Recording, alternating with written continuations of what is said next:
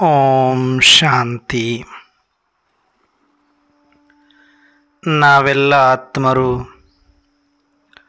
ಭ್ರೂ ಮಧ್ಯದಲ್ಲಿ ಸ್ಮೃತಿ ಸ್ವರೂಪರಾಗುತ್ತಾ ನಾವೆಲ್ಲ ಆತ್ಮರ ತಂದೆ ಪರಂಪಿತ ಶಿವತಂದೆಯನ್ನು ಸ್ಮರಿಸುತ್ತಾ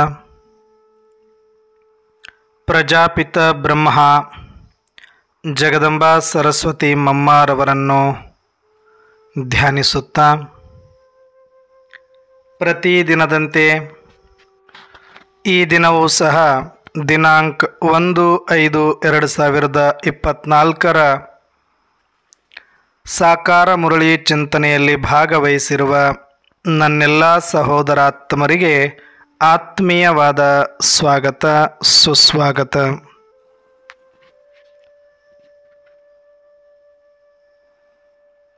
ಪ್ರತಿದಿನದಂತೆ ಈ ದಿನವೂ ಸಹ ಶಿವತಂದೆ ಜ್ಞಾನ ಮುರಳಿಯನ್ನು ಕೊಟ್ಟಿದ್ದಾರೆ.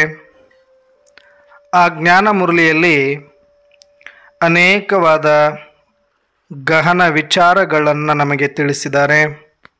ಅದರಲ್ಲೂ ವಿಶೇಷವಾಗಿ ವರದಾನದ ಕುರಿತಾಗಿ ಸಂಕ್ಷಿಪ್ತವಾದ ಚಿಂತನೆಯನ್ನು ನಾವು ನೋಡೋಣ.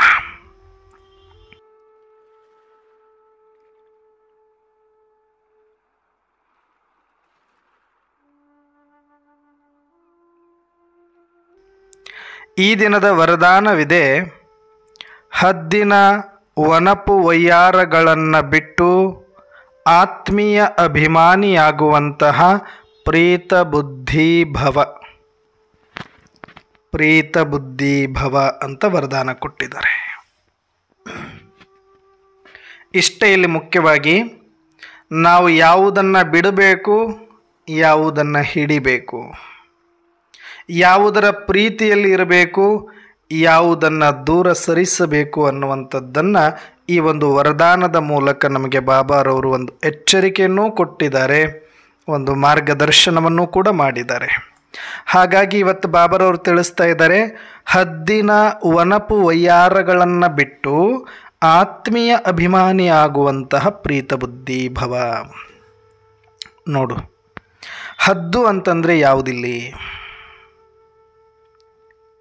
ಯಾವುದು ಸಾಕಾರ ಪ್ರಪಂಚದಲ್ಲಿ ವಿನಾಶಿವಾದ ಎಲ್ಲವೂ ಕೂಡ ಹದ್ದಿಗೆ ಸಂಬಂಧಪಡುತ್ತೆ. ಇಡೀ ಸಾಕಾರ ಪ್ರಪಂಚವೂ ಒಂದು ಹದ್ದು, ಸಾಕಾರದ ನಾಟಕವೂ ಒಂದು ಹದ್ದು, ಸಾಕಾರ ಶರೀರವೂ ಹದ್ದು, ಸಾಕಾರದ ಸಂಬಂಧ, ಸಂಪತ್ತು, ಕೀರ್ತಿ ಎಲ್ಲವೂ ಕೂಡ ಹದ್ದಿನಲ್ಲಿ ಬರುವ ವಿಚಾರಗಳಾಗಿದೆ. ಹಾಗಾಗಿ ಇದರ ವನಪು ವಯ್ಯಾರವನ್ನು ಬಿಡಿ. ಇವ್ರ ಶರೀರ ಅಂತೆ, ಸಂಬಂಧಿಗಳಂತೆ, ಅಧಿಕಾರವಂತೆ, ಆಸ್ತಿಯಂತೆ, ಇವೆಲ್ಲ ಕೂಡ ಹದ್ದಿನ ವನಪು ವಯ್ಯಾರಗಳು. ಇವ್ರ ಮಗ ಭಾರಿ ದೊಡ್ಡ ಪೋಸ್ಟಲ್ಲಿದ್ದಾನ್ರಿ ಅಂದರೆ ಇದು ವನಪು ವಯ್ಯಾರನೇ. ಇವರು ಭಾಳ ಶ್ರೀಮಂತರಿದ್ದಾರ್ರಿ ಅಂದರೆ ಅದು ವನಪು ವಯ್ಯಾರನೇ. ಇವರು ಭಾಳ ಚಂದದಾರ್ರಿ ಅಂದರೆ ಅದು ವನಪು ವಯ್ಯಾರನೇ. ಇವ್ರ ಫ್ಯಾಮಿಲಿ ಭಾಳ ರಿಚ್ ಅದಾರ್ರಿ, ಭಾಳ ಬೆಸ್ಟ್ ಅದಾರ್ರಿ ಅಂದರು ಇದು ವನಪು ವಯ್ಯಾರನೇ. ಯಾವುದು ಲೌಕಿಕ ಇದೆಯೋ ಅದೆಲ್ಲವೂ ವನಪು ವಯ್ಯಾರನೇ ಮತ್ತು ಹದ್ದಿಗೆ ಸಂಬಂಧಪಟ್ಟಿದ್ದು. ಹೊರಗಿನ ಶರೀರವನ್ನು ನೋಡಿ ಇವರು ಚೆನ್ನಾಗಿದ್ದಾರೆ, ಅಂದವಾಗಿದ್ದಾರೆ ಅಂತ ಅನ್ನೋದು ಮತ್ತು ಅನ್ನಿಸ್ಕೊಳ್ಳೋದು ಇದು ಎರಡೂ ವನಪು ವಯ್ಯಾರಕ್ಕೆ ಸಂಬಂಧಪಟ್ಟಿದ್ದೆ. ಅಂದರೆ ಶರೀರದ ಅಂದವನ್ನು ನೋಡುವ ದೃಷ್ಟಿ ಇದೆ, ನಾನು ಅಷ್ಟು ಅಂದವಾಗಿದ್ದೀನಿ ಅನ್ನುವಂಥ ಸ್ಮೃತಿ ಇದೆ ಅಂದಾಗ ಅವು ಎರಡೂ ಕೂಡ ನೋಡುವವರು ನೋಡಿಸಿಕೊಳ್ಳುವವರು, ಆಡುವವರು ಆಡಿಸಿಕೊಳ್ಳುವವರು, ಹೊಗಳುವವರು ಹೊಗಳಿಸಿಕೊಳ್ಳುವವರು, ಇವು ಎಲ್ಲವೂ ಕೂಡ ಹದ್ದಿನ ವನಪು ವಯ್ಯಾರದಲ್ಲಿ ಇರುವಂಥದ್ದೇ ಆಗಿದೆ. ಅದಕ್ಕೆ ನಾನು ಪ್ರತಿದಿನ ಆತ್ಮ ಆತ್ಮ ಆತ್ಮ ಆತ್ಮ ಆತ್ಮದ ಹುಚ್ಚಿಡಿಬೇಕು. ನಮಗೆ ಆ ಆತ್ಮದ ಹುಚ್ಚು ಒಂದೇ ಜಗತ್ತಿನ ಎಲ್ಲ ಮಾಯೆಯಿಂದ, ಎಲ್ಲ ಬಂಧನಗಳಿಂದ, ಎಲ್ಲ ವನಪು ವಯ್ಯಾರಗಳಿಂದ ಈ ಹದ್ದಿನ ಜಗತ್ತಿನಿಂದಲೇ ನಮ್ಮನ್ನು ಬಿಡಿಸುತ್ತೆ, ದೂರ ದೂರ ನಮ್ಮನ್ನು ಕರೆದುಕೊಂಡು ಹೋಗುತ್ತೆ. ಹಾಗಾಗಿ ಇಲ್ಲಿ ಯಾವುದಕ್ಕೆ ನಾವು ಸಮಯ ಕೊಡಬೇಕು? ಮುರಳಿ, ಇಡೀ ದಿನದಲ್ಲಿ ನಾವು BK ಬ್ರಾಹ್ಮಣ ಲೈಫಲ್ಲೂ ಕೂಡ ಬೆಳಗ್ಗೆ ಎದ್ದಾಗಿನಿಂದ ರಾತ್ರಿ ಮಲಗುವವರೆಗೂ ನಾವು ಕ್ರಿಯಾಶೀಲವಾಗಿರುತ್ತೇವೆ. ಒಂದಲ್ಲ ಒಂದು ಕರ್ಮಣ ಸೇವೆ, ಒಂದಲ್ಲ ಒಂದು ವಾಚಾ ಸೇವೆ, ಯಾವುದಾದರೂ ಒಂದು ಸೇವೆಯಲ್ಲಿ ನಾವು ತೊಡಗಿಸಿಕೊಂಡಿರುತ್ತೇವೆ ನಮ್ಮನ್ನು ನಾವು. ಆದರೆ ನಾವು ಬಾಬಾರವ್ರ ಮಕ್ಕಳಂದ ಮೇಲೆ ಸಮಯವನ್ನು ವ್ಯರ್ಥ ಮಾಡೋದಿಲ್ಲ, ಇದರ ಬಗ್ಗೆ ನಮಗೆ ಗಮನ ಇರುತ್ತೆ. ಸಮಯ ವ್ಯರ್ಥ ಆಯಿತು ಅಂದರೆ ನಮಗೆ 1 ಕೋಟಿ ನಷ್ಟ ಆದಷ್ಟು ಅನುಭವ ಆಗುತ್ತೆ. ಅಂಥವ್ರು ಮಾತ್ರ ಬ್ರಾಹ್ಮಣರು. ಆ ಥರ ನಿಮಗೇನಾದರೂ ಅನ್ನಿಸ್ತಾ ಇದೆ ಅಂದರೆ, ಯಾರಿಗೆ ಟೈಮ್ ವೇಸ್ಟ್ ಆಗ್ತಾ ಇದೆ ಅನ್ನುವ ಭಯ ಇದೆ, ಟೈಮ್ ವೇಸ್ಟ್ ಆದರೆ ಏನೋ ಒಂದು ಕಳ್ಕೊಂಡಂಗೆ ಫೀಲ್ ಆಗುತ್ತೆ, ಅವರು ಮಾತ್ರ ಬ್ರಾಹ್ಮಣರು ಅನ್ನುವ ಒಂದು ಲಕ್ಷಣ ಅಷ್ಟೇ ಅದು.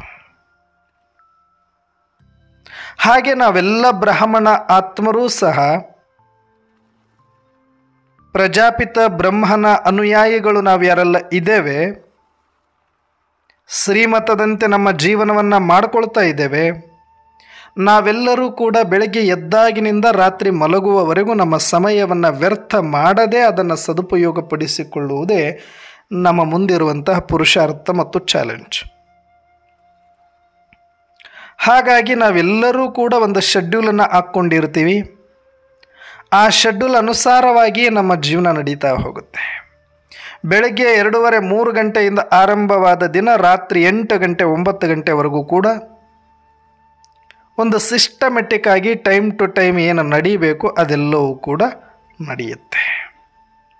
ಬೆಳಗ್ಗೆ ಎದ್ದ ತಕ್ಷಣ ಒಂದಷ್ಟು ಫ್ರೆಶ್ ಅಪ್ ಆಗೋದು,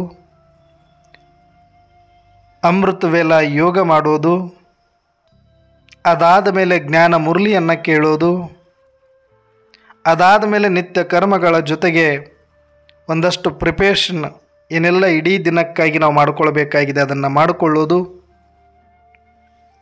ಒಂದಷ್ಟು ಭೋಗದ ತಯಾರಿಯನ್ನು ಮಾಡಿಕೊಳ್ಳೋದು, ಬಾಬಾರವರಿಗೆ ಭೋಗ ಇಡೋದು. ಇಡೀ ದಿನ ಏನೆಲ್ಲ ನಾವು ಕಾರ್ಯಗಳನ್ನು ಮಾಡ್ತಾ ಇದ್ದರೂ ಕೂಡ ಶಿವತಂದೆಯ ನೆನಪಿನೊಂದಿಗೆ ಮಾಡುವಂಥದ್ದು, ಯುಕ್ತಿಯಿಂದ ಅನೇಕ ರೀತಿಯಲ್ಲಿ ಆ ಸಮಯವನ್ನು ಸದುಪಯೋಗಪಡಿಸಿಕೊಳ್ಳೋದಕ್ಕೆ ಕರ್ಮ ಮಾಡ್ತಾ ಇದ್ದಾಗಲೂ ಕೂಡ ನಾವು ಒಂದಷ್ಟು ಹಾಡುಗಳನ್ನು ಕೇಳೋದು, ಮಧ್ಯೆ ಮಧ್ಯೆ ಯೋಗವನ್ನು ಮಾಡೋದು, ಒಂದಷ್ಟು ಕ್ಲಾಸ್ಗಳನ್ನು ಕೇಳೋದು ಇಡೀ ದಿನದಲ್ಲಿ ನಮಗೆ ಇದು ರುಟೀನ್ ಆಗ್ತಾನೇ ಇರುತ್ತೆ. ಯಾಕೆ ಅಂತಂದರೆ ಯೋಗ ಅಂದರೆ ಕೂತ್ಕೊಂಡು ಮಾಡುವಂಥದ್ದು ಕನಿಷ್ಠ 2 ಗಂಟೆ 3 ಗಂಟೆ ಪ್ರತಿದಿನಕ್ಕೆ ನಾವು ಮಾಡ್ತಾ ಇರ್ತೀವಿ. ಆದರೆ ಅದಕ್ಕೂ ಹೆಚ್ಚು ನಾವು ಕರ್ಮಣದಲ್ಲಿ ಇರುವುದರಿಂದ ಆಗ ಕೂಡ ಸಮಯ ವ್ಯರ್ಥ ಆಗಬಾರ್ದು ಅಂತ ಈಗೆಲ್ಲ ಮೊಬೈಲ್ ಬಂದಿರೋದ್ರಿಂದ, ಇಯರ್ಫೋನ್ಗಳು ಬಂದಿರೋದ್ರಿಂದ, ಬ್ಲೂಟೂತ್ಗಳು ಇರೋದ್ರಿಂದ ಒಂದು ಹಾಡಾದರೂ ಹಾಕ್ಕೊಂಡಿರ್ತೀವಿ, ಇಲ್ಲ ಅಂತಂದರೆ ಒಂದು ಕ್ಲಾಸ್ ಆದರೂ ಕೇಳ್ತಾ ಇರ್ತೀವಿ. ಆದರೆ ಇಲ್ಲೂ ಕೂಡ ನಮ್ಮ ಸಮಯ ಎಲ್ಲಿ ವೇಸ್ಟ್ ಆಗ್ತಾ ಇದೆ ಅಂತಂದರೆ, ನಾವು ಕೇಳುವ ಮಾತುಗಳು ಬರೀ ಹದ್ದಿಗೆ ಸಂಬಂಧಪಟ್ಟದ್ದಿದ್ದರೆ ನಮ್ಮ ಸಂಸ್ಕಾರ ಹದ್ದಿನಿಂದ ಹೊರಗಡೆ ಹೋಗೋದಿಲ್ಲ. ನಾವು ಲೌಕಿಕದ್ದೇ ಕೇಳಬೇಕು ಅಂತ ಏನಿಲ್ಲ. ಹದ್ದು ಅಂತಂದರೆ ಲೌಕಿಕದವರು ಮಾತಾಡಿದ್ರೆ ಅದು ಹದ್ದು, ನಾವು ಮಾತಾಡಿದ್ರೆ ಅದು ಬೇಹದ್ದು, ಹಂಗಾಗೋದಿಲ್ಲ. ಸಾಕಾರ ಪ್ರಪಂಚದ ಬಗ್ಗೆ ಇಲ್ಲಿ ಏನೇ ಯಾರೇ ಮಾತಾಡಿದರೂ ಕೂಡ ಅದು ಹದ್ದೇ.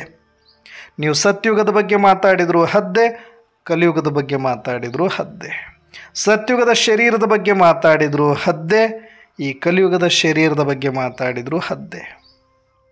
ಹದ್ದಿನ ಪ್ರಪಂಚ ಅಂತಂದರೆ ಈ ಸಾಕಾರ ಲೋಕ, ಈ ಸೃಷ್ಟಿಯ ನಾಟಕದ ಒಳಗಡೆ ನಡೆಯುವ ಎಲ್ಲ ದೃಶ್ಯಾವಳಿಗಳು ಏನೆಲ್ಲ ಇದೆಯೋ ಅದು ಎಲ್ಲವೂ ಕೂಡ ಪ್ರಕೃತಿ ಸಮೇತವಾಗಿ ಇದು ಹದ್ದಿನ ಪ್ರಪಂಚ ಅನ್ನೋದು ನಮಗೆ ಅರ್ಥ ಆಗಬೇಕಾಗತ್ತೆ. ಹಾಗಾಗಿ ಇಷ್ಟೆಲ್ಲ ಜ್ಞಾನ ನಮಗೆ ಪರಮಾತ್ಮ ಕೊಟ್ಟಿರುವಂಥದ್ದು ನಮ್ಮನ್ನು ನಾವು ಆತ್ಮ ಅಂತ ತಿಳಿದು ಆತ್ಮದ ಸ್ಮೃತಿಯಲ್ಲಿ ಬಂದು ಆತ್ಮದ ಸ್ವರೂಪದಲ್ಲಿ ಸ್ಥಿತರಾಗಿ ಆತ್ಮೀಯ ಲೋಕದ ಕಡೆಗೆ ಮುಖ ಮಾಡುವಂಥದ್ದು. ಆತ್ಮೀಯ ತಂದೆ ಪರಮಾತ್ಮ ಶಿವನನ್ನು ಸದಾಕಾಲ ಜೊತೆಯಲ್ಲಿಟ್ಟುಕೊಳ್ಳುವಂಥದ್ದು. ಆ ನನ್ನ ಮನೆ ಪರಮಧಾಮಕ್ಕೆ ಯಾವಾಗ ಹೋಗ್ತೇನೆ ಅನ್ನುವ ಕಾತುರತೆಯಲ್ಲಿ ಇರುವಂಥದ್ದೇ ನಿಜವಾದ ನಮ್ಮ ಪುರುಷಾರ್ಥವಾಗಿದೆ. ಈ ಒಂದು ಸ್ಥಿತಿಯನ್ನು ಮಾಡಿಕೊಳ್ಳೋದಕ್ಕಾಗಿಯೇ ನಾವು ಎಲ್ಲ ಹದ್ದಿನ ಪ್ರಪಂಚದಿಂದ ದೂರ ಬರಬೇಕಾಗತ್ತೆ, ವಿದೇಹಿ ಆಗಬೇಕಾಗತ್ತೆ, ಅಶರೀರಿ ಆಗಬೇಕಾಗತ್ತೆ, ಇಚ್ಛಾ ಮಾತ್ರಂ ಅವಿದ್ಯ ಆಗಬೇಕಾಗತ್ತೆ ಮತ್ತು ನಾನು ಆತ್ಮ ಸದಾ ಸಂತುಷ್ಟ ಇರಬೇಕಾಗತ್ತೆ.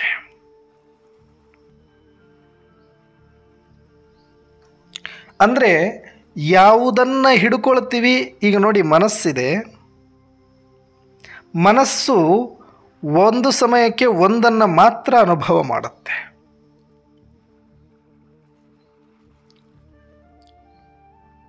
ಎಕ್ಸ್ಪೀರಿಯನ್ಸ್, ಅನುಭವ ಅಂತ ಬಂದಾಗ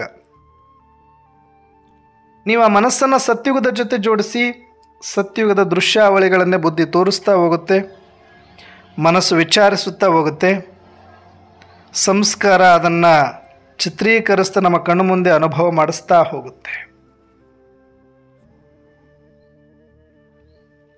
ಅದೇ ಮನಸ್ಸನ್ನು ತೆಗೆದು ನೀವು ಲೌಕಿಕದಲ್ಲಿಡಿ, ಲೌಕಿಕದ ಅನುಭೂತಿಯನ್ನು ಮಾತ್ರ ಮಾಡಿಸುತ್ತೆ.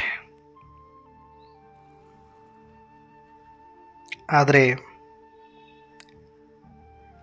ಎಷ್ಟು ನೀವು ಮನಸ್ಸನ್ನು ಹದ್ದಿನಲ್ಲಿ ಇಡ್ತೀರಿಯೋ ಅಷ್ಟು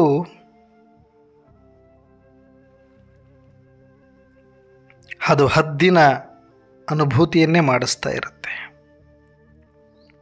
ಎಷ್ಟು ಈ ಕಿವಿಗಳಿಂದ ಶರೀರದ ಬಗ್ಗೆ, ಸಂಬಂಧಗಳ ಬಗ್ಗೆ, ಸಂಪತ್ತಿನ ಬಗ್ಗೆ, ಈ ಸ್ಥೂಲ ನಾಟಕದ ಬಗ್ಗೆ, ಯುಗಗಳ ಬಗ್ಗೆ, ಸತ್ಯುಗದ ಬಗ್ಗೆ, ಪದವಿಯ ಬಗ್ಗೆ, ವಿನಾಶದ ಬಗ್ಗೆ, ಪರಿವಾರದ ಬಗ್ಗೆ, ಸೇವೆಯ ಬಗ್ಗೆ ಏನೆಲ್ಲ ಮಾತುಗಳಿದೆಯೋ ಇಡೀ 24 ಗಂಟೆಗಳಲ್ಲಿ ಬರೀ ಬ್ರಾಹ್ಮಣ ಜೀವನ ಕುರಿತಾದ ಮಾತುಗಳಿದ್ರೂ ಕೂಡ ಅದು ಹದ್ದಿನಲ್ಲೇ ಇರ್ತೇವೆ. ನಾವು ಬೇಹದ್ ಆಗೋದಿಲ್ಲ.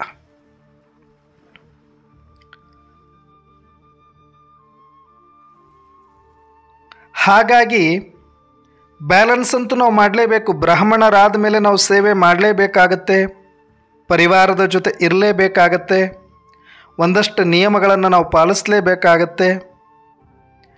ಯಾಕಂದರೆ ನಾವು ಹದ್ದಿನ ನಾಟಕದ ಇನ್ನೂ ಒಂದು ಸ್ವಲ್ಪ ಕೊನೆಯ ಪಾತ್ರದಲ್ಲಿರುವುದರಿಂದ ಪಾತ್ರಕ್ಕಾಗಿ ಈ ಹದ್ದಿನಲ್ಲಿ ನಾವು ಇದ್ದೀವಿ ಅಷ್ಟೇ. ಆದರೆ ಮಾಡುವ ಕೆಲಸ ಅಂತೂ ನಾವು ಇಲ್ಲೇ ಮಾಡಬೇಕಾಗತ್ತೆ, ಸೇವೆನೂ ಇಲ್ಲೇ ಮಾಡಬೇಕಾಗತ್ತೆ, ಶಬ್ದ ಸಂಕಲ್ಪದಲ್ಲಿ ಇರಬೇಕಾಗತ್ತೆ. ಅದು ಪಾತ್ರಕ್ಕಾಗಿ, ಪಾತ್ರಕ್ಕೋಸ್ಕರ. ಆದರೆ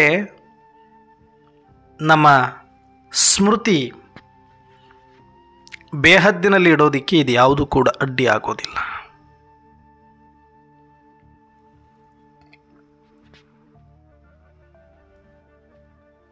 ಇದಕ್ಕೆ ಪ್ರಾಕ್ಟಿಕಲ್ ಎಕ್ಸಾಂಪಲ್ಸ್ ಮಮ್ಮಾರವರು ಇದ್ದಾರೆ, ದಾದಿಯರು ಇದ್ದಾರೆ, ಬಾಬಾರವರು ಇದ್ದಾರೆ.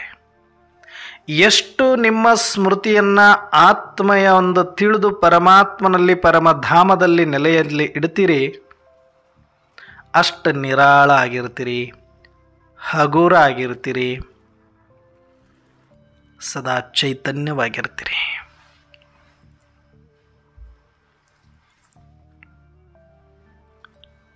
ಎಲ್ಲಿಯ ತನಕ ನಾನು ನಿರಾಕಾರ ಆತ್ಮದ ಸ್ಮೃತಿಯಲ್ಲಿ ಬರಲ್ಲ, ಪರಮಾತ್ಮ ಪರಮಧಾಮದಲ್ಲಿ ನನ್ನ ಸ್ಮೃತಿಯನ್ನು ಸದಾಕಾಲ ಇಡೋದಿಲ್ಲ, ಅಲ್ಲಿಯ ತನಕ ನನ್ನ ಅವ್ಯಕ್ತ ಸ್ಥಿತಿಯನ್ನು ಪಡಿಲಿಕ್ಕೆ ಆಗೋದಿಲ್ಲ. ಎಲ್ಲಿಯವರೆಗೆ ನಾನು ಈ ಪುರುಷಾರ್ಥವನ್ನು ಮಾಡೋದಿಲ್ಲ, ಈ ಅಭ್ಯಾಸವನ್ನು ಮಾಡೋದಿಲ್ಲ, ಅಲ್ಲಿಯ ತನಕ ನಾನು ಈ ಹದ್ದಿನ ಪ್ರಪಂಚವನ್ನು ವಿಸ್ಮೃತಿಗೊಳಿಸಲಿಕ್ಕೆ ಸಾಧ್ಯವಿಲ್ಲ.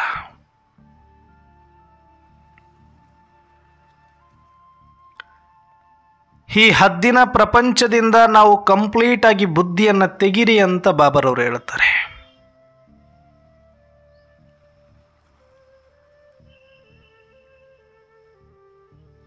ನಮ್ಮ ಈ ಪಾತ್ರದ ಸ್ಮೃತಿ, ಈ ಮನಸ್ಸು ಬುದ್ಧಿ ಎಲ್ಲಿ ತನಕ ಯೂಸ್ ಮಾಡ್ಬೋದು ಅಂದರೆ, ಆ ಮನಸ್ಸು ಬುದ್ಧಿಗೆ ಪರಮಧಾಮ ಗೊತ್ತಿಲ್ಲ,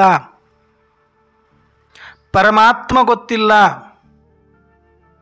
ಅವ್ಯಕ್ತತೆ ಗೊತ್ತಿಲ್ಲ, ಅಶರೀರಿತನ ಗೊತ್ತಿಲ್ಲ, ನಿರಾಕಾರ ಗೊತ್ತಿಲ್ಲ, ಬೀಜ ರೂಪ ಗೊತ್ತಿಲ್ಲ. ಅದಕ್ಕೆ ಇದು ಬಹಳ ಸೂಕ್ಷ್ಮವಾದ ಸಬ್ಜೆಕ್ಟ್ ಇದೆ. ಆರಂಭದವರಿಗೆ ಸ್ವಲ್ಪ ಇದು ಕಬ್ಬಿಣದ ಕಡಲೆ ಅನ್ನಿಸಬಹುದು. ಯಾಕಂದರೆ ಇಲ್ಲಿಯ ತನಕ ಎಲ್ಲರ ಪಾಠಗಳು ಬಂದು ಮನಸ್ಸು ಬುದ್ಧಿಗೆ ನಿಂತು ಬಿಟ್ಟಿದೆ. ಲೌಕಿಕದವರ ಹಾಗೆ, ಭಕ್ತಿ ಮಾರ್ಗದ ಹಾಗೆ ಮನಸ್ಸಿಗಿಂತ ಅಧಿಕ ಇನ್ನೇನು ನಮ್ಮ ಹತ್ರ ಇಲ್ಲ ಅನ್ನೋ ಥರದಲ್ಲೇ ಎಲ್ಲರೂ ಕೂಡ ಅಲ್ಲೇ ಕೂತ್ಕೊಂಡ್ಬಿಟ್ಟಿದ್ದಾರೆ. ನಮ್ಮ BK ಕ್ಲಾಸ್ಗಳಲ್ಲೂ ಕೂಡ ಮನಸ್ಸನ್ನೇ ಪ್ರಧಾನ ಮಾಡಿಟ್ಟು ಬಿಟ್ಟಿದ್ದಾರೆ. ಬಿಟ್ಟರೆ ಮನಸ್ಸಿಗಿಂತ ಅಧಿಕವಾಗಿರೋದೇನು ಇದೆ ಅನ್ನೋದು ಅರ್ಥ ಮಾಡಿಕೊಳ್ಳುವಲ್ಲಿ ವಿಫಲ ಆಗಿರೋದೇ ನಾವು ಹದ್ದಿನಿಂದ ಬಿಡುಗಡೆ ಆಗಲಿಕ್ಕೆ ಸಾಧ್ಯ ಆಗ್ತಾ ಇಲ್ಲ.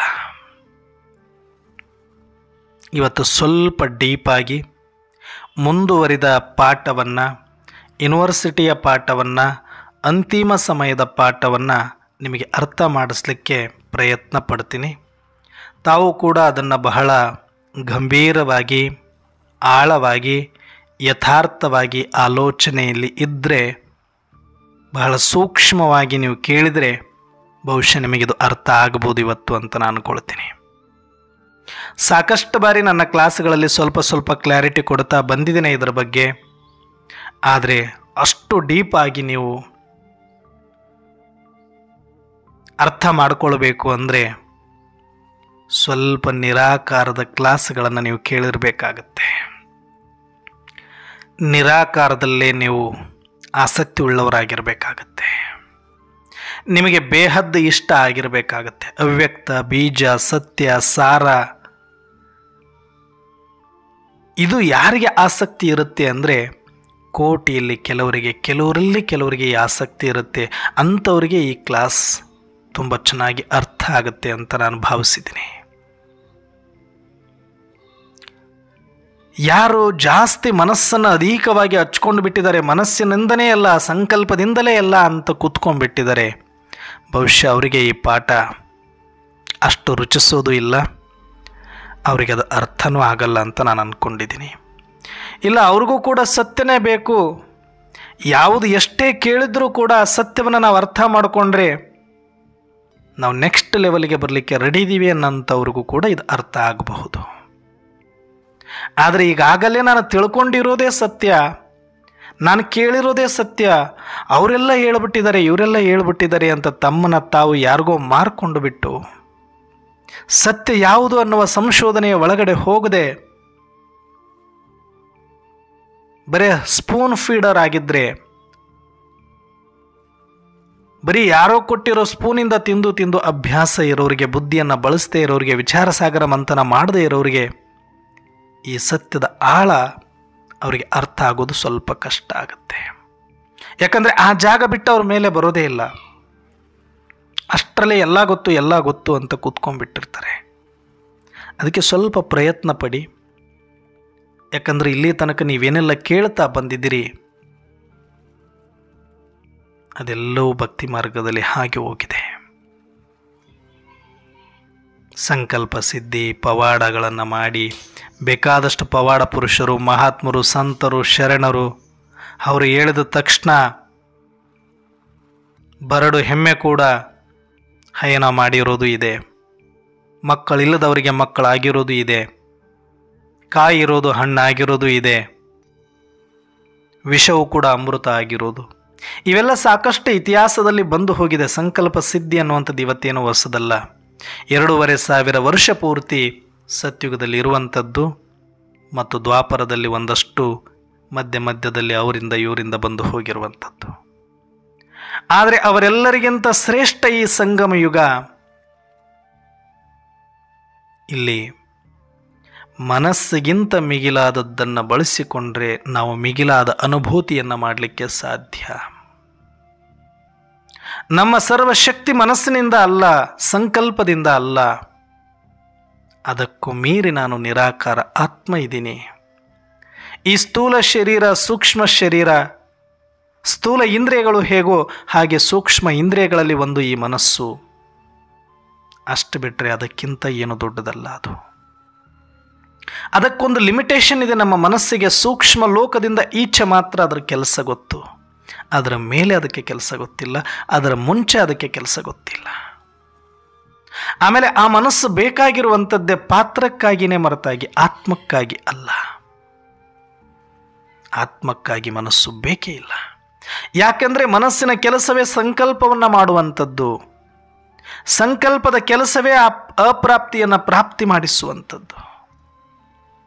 ಯಾಕಂದರೆ ಸದಾ ಸಂತೃಪ್ತ ಸ್ವರೂಪದಲ್ಲಿರುವ ಆತ್ಮನಿಗೆ ಸಂಕಲ್ಪದ ಅವಶ್ಯಕತೆ ಇರುವುದಿಲ್ಲ. ಆದರೆ ಯಾವಾಗ ಪರಮಧಾಮವನ್ನು ಬಿಟ್ಟು ಸೂಕ್ಷ್ಮವತನಕ್ಕೆ ನಾನು ಬರ್ತೇನೆ, ಆ ಸೂಕ್ಷ್ಮವತನದಲ್ಲಿ ಸೂಕ್ಷ್ಮ ಶರೀರವನ್ನು ಧಾರಣೆ ಮಾಡಿಕೊಳ್ತೇನೆ, ಅಲ್ಲಿಯೇ ನಮಗೆ ಸೂಕ್ಷ್ಮ ಇಂದ್ರಿಯಗಳು ಕೂಡ ನಮಗೆ ಸಿಗುವಂಥದ್ದು. ಈ ಸೂಕ್ಷ್ಮ ಶರೀರ ಮತ್ತು ಸೂಕ್ಷ್ಮ ಇಂದ್ರಿಯಗಳೇನಿದೆ, ಇದು ಪಾತ್ರಕ್ಕಾಗಿ ಸಿಕ್ಕಿರುವಂಥ ಸ್ಕ್ರಿಪ್ಟೆಡ್ ವೇಷ. ಅದು ಸ್ಕ್ರಿಪ್ಟೆಡ್ ಒಂದು ವೇಷ ಅದಷ್ಟೇ. ಅದನ್ನು ಧರಿಸ್ಕೊಂಡು ಅಲ್ಲಿಗೆ ನಮ್ದು ಆಫ್ ಆಗುತ್ತೆ ಬಟನ್. ಯಾವುದು? ಆತ್ಮದ ಒರಿಜಿನಲ್ ಸ್ಮೃತಿ ಏನಾಗುತ್ತೆ? ಆಫ್ ಆಗುತ್ತೆ. ಪಾತ್ರದ ಈ ಸಂಸ್ಕಾರ, ಮನಬುದ್ಧಿ ಸಂಸ್ಕಾರ ಏನಿದೆ, ಆ ಒಂದು ಪಾತ್ರದ ಸಂಸ್ಕಾರದ ಸ್ವಿಚ್ ಆನ್ ಆಗುತ್ತೆ. ಅದಕ್ಕೆ ವಿಸ್ಮೃತಿಗೊಂಡು ನಾವಿಲ್ಲಿ ಪಾತ್ರವನ್ನು ಮಾಡಲಿಕ್ಕೆ ಬಂದಿದ್ದೀವಿ ಅಂತ ಬಾಬಾ ಹೇಳ್ತಾರೆ. ಅಂದರೆ ಆತ್ಮದ ಸ್ಮೃತಿ ಪರಮಧಾಮ ದಾಟಿದ ತಕ್ಷಣವೇ ಪರಮಾತ್ಮ ನಮ್ಮಪ್ಪ ಅನ್ನೋದು ಮುಗೀತು, ಪರಮಧಾಮ ನನ್ನ ಮನೆ ಅನ್ನೋದು ಮುಗೀತು, ನಾನು ಆತ್ಮ ಅನ್ನೋದು ಕೂಡ ಮುಗಿದೋಯಿತು. ಯಾವಾಗ ವೇಷದ ಒಳಗಡೆ ವಶೀಭೂತರಾಗ್ತೀವಿ, ಸೂಕ್ಷ್ಮ ಶರೀರದೊಳಗಡೆ ಪ್ರವೇಶ ಆಗ್ತೀವಿ, ಮೊಟ್ಟ ಮೊದಲಿಗೆ ಅಲ್ಲಿ ಮನಬುದ್ಧಿ ಸಂಸ್ಕಾರಗಳೆನ್ನುವ ಸೂಕ್ಷ್ಮ ಇಂದ್ರಿಯಗಳು ಸಿಗುತ್ತೆ. ಆ ಸಂಸ್ಕಾರದಲ್ಲಿ ಏನು ಬ್ಲೂ ಪ್ರಿಂಟ್ ಇರುತ್ತೆ, ನಾವು 5000 ವರ್ಷಗಳ ಕಾಲ ಏನೆಲ್ಲ ಪಾತ್ರ ಮಾಡಬೇಕು, ಪ್ರತಿ ಒಂದು ಪಿನ್ ಟು ಪಿನ್. ಈಗ ಹೆಂಗೆ ಕಂಪ್ಯೂಟ್ರಲ್ಲಿ ಒಂದು ರೋಲ್ ಮಾಡಿ ಲೋಡ್ ಮಾಡಿ ಇಟ್ಟುಬಿಟ್ರೆ ಅದು ಸದಾ 1 by 1 ಸಿನಿಮಾ ಥರ ಬರ್ತಾ ಹೋಗುತ್ತೋ, ಹಾಗೆ ಲೋಡೆಡ್ ಆಗಿರುವಂಥದ್ದು ರೀಲೇ ಆ ಸಂಸ್ಕಾರ. ಜಸ್ಟ್ ರಿಲೀಸ್ ಆಗ್ತಾ ಇಮರ್ಜ್ ಆಗ್ತಾ ಹೋಗ್ತಾ ಇರುತ್ತೆ. ಅದಷ್ಟೆ. ಬುದ್ಧಿಯ ಮುಖಾಂತರ, ಮನಸ್ಸಿನ ಮುಖಾಂತರ. ಹೇಗೆ ಹಿಂದಿನ ಕಾರ್ಡಲ್ಲಿ ಟೇಪ್ ರೆಕಾರ್ಡು, ಕೆಸೆಟ್ ಇತ್ತು, ಆ ರೀಲ್ ಒಳಗಡೆ ಎಲ್ಲ ಇರ್ತಾ ಇತ್ತು, ಆದರೆ ಮೇಲ್ಗಡೆ ಆ ವೀಲ್ ತಿರುಗ್ತಾ ಮೇಲ್ಗಡೆ ಒಂದು ಕಪ್ಪು ಪಟ್ಟಿ ಥರ ಇರ್ತಿತ್ತು, ಅದ್ರ ಮೇಲೆ ಅದು ಟಚ್ ಆಗಿ ಹೋಗ್ತಾ ಇರ್ತಿತ್ತು. ಅದರಲ್ಲಿ ಏನಿರ್ತಾ ಇತ್ತು ಅದು ಕೇಳಿಸ್ತಾ ಹೋಗ್ತಾಯಿತ್ತು. ಆ ಸ್ಮೂತ್ ಆಗಿರೋ ಉಲಾನ್ ಟೈಪ್ ಇರ್ತಾ ಇತ್ತು ನೋಡಿ. ಕೆಲವರೆಲ್ಲ ಅಬ್ಸರ್ವ್ ಮಾಡಿದರೆ ಕ್ಯಾಸೆಟಲ್ಲಿ ಮೇಲೆ ಕಪ್ಪು ಬಣ್ಣದ್ದು ಇಲ್ಲ ನಾಸಿ ಕಲರ್ ಬಣ್ಣದ್ದು ಇರ್ತಾ ಇತ್ತು. ಆ ರೀಲ್ ಅದಕ್ಕೆ ಟಚ್ ಆಗಿ ಹೋಗ್ತಾ ಇರುತ್ತೆ ಎರಡು ಕಡೆ, ಲೆಫ್ಟಿಂದ ರೈಟ್ ಕಡೆಗೆ. ಆ ಎರಡಕ್ಕೆ ಟಚ್ ಆಗಿ ಹೋದರೆ ಮಾತ್ರ ಆಡಿಯೋ ನಮಗೆ ಕೇಳಿಸ್ತಾ ಹೋಗುತ್ತೆ. ಆ ಟೇಪ್ ರೆಕಾರ್ಡ್ಗೂ ಮತ್ತು ಕ್ಯಾಸೆಟ್ಸ್ಗೂ ಆ ಮಧ್ಯೆ ವೀಲ್ ಬಂದು ಅದಕ್ಕೆ ಟಚ್ ಮಾಡಿಸುತ್ತೆ. ಆ ಎರಡೂ ಪಟ್ಟಿಗಳ ಮೇಲೆ ಹಾದು ಹೋದಾಗ ಅದರಲ್ಲಿರುವ ಹಾಡು ನಮಗೆ ಕೇಳ್ತಾ ಹೋಗ್ತಾ ಇತ್ತು, ಧ್ವನಿ ಕೇಳ್ತಾ ಹೋಗ್ತಾ ಇತ್ತು.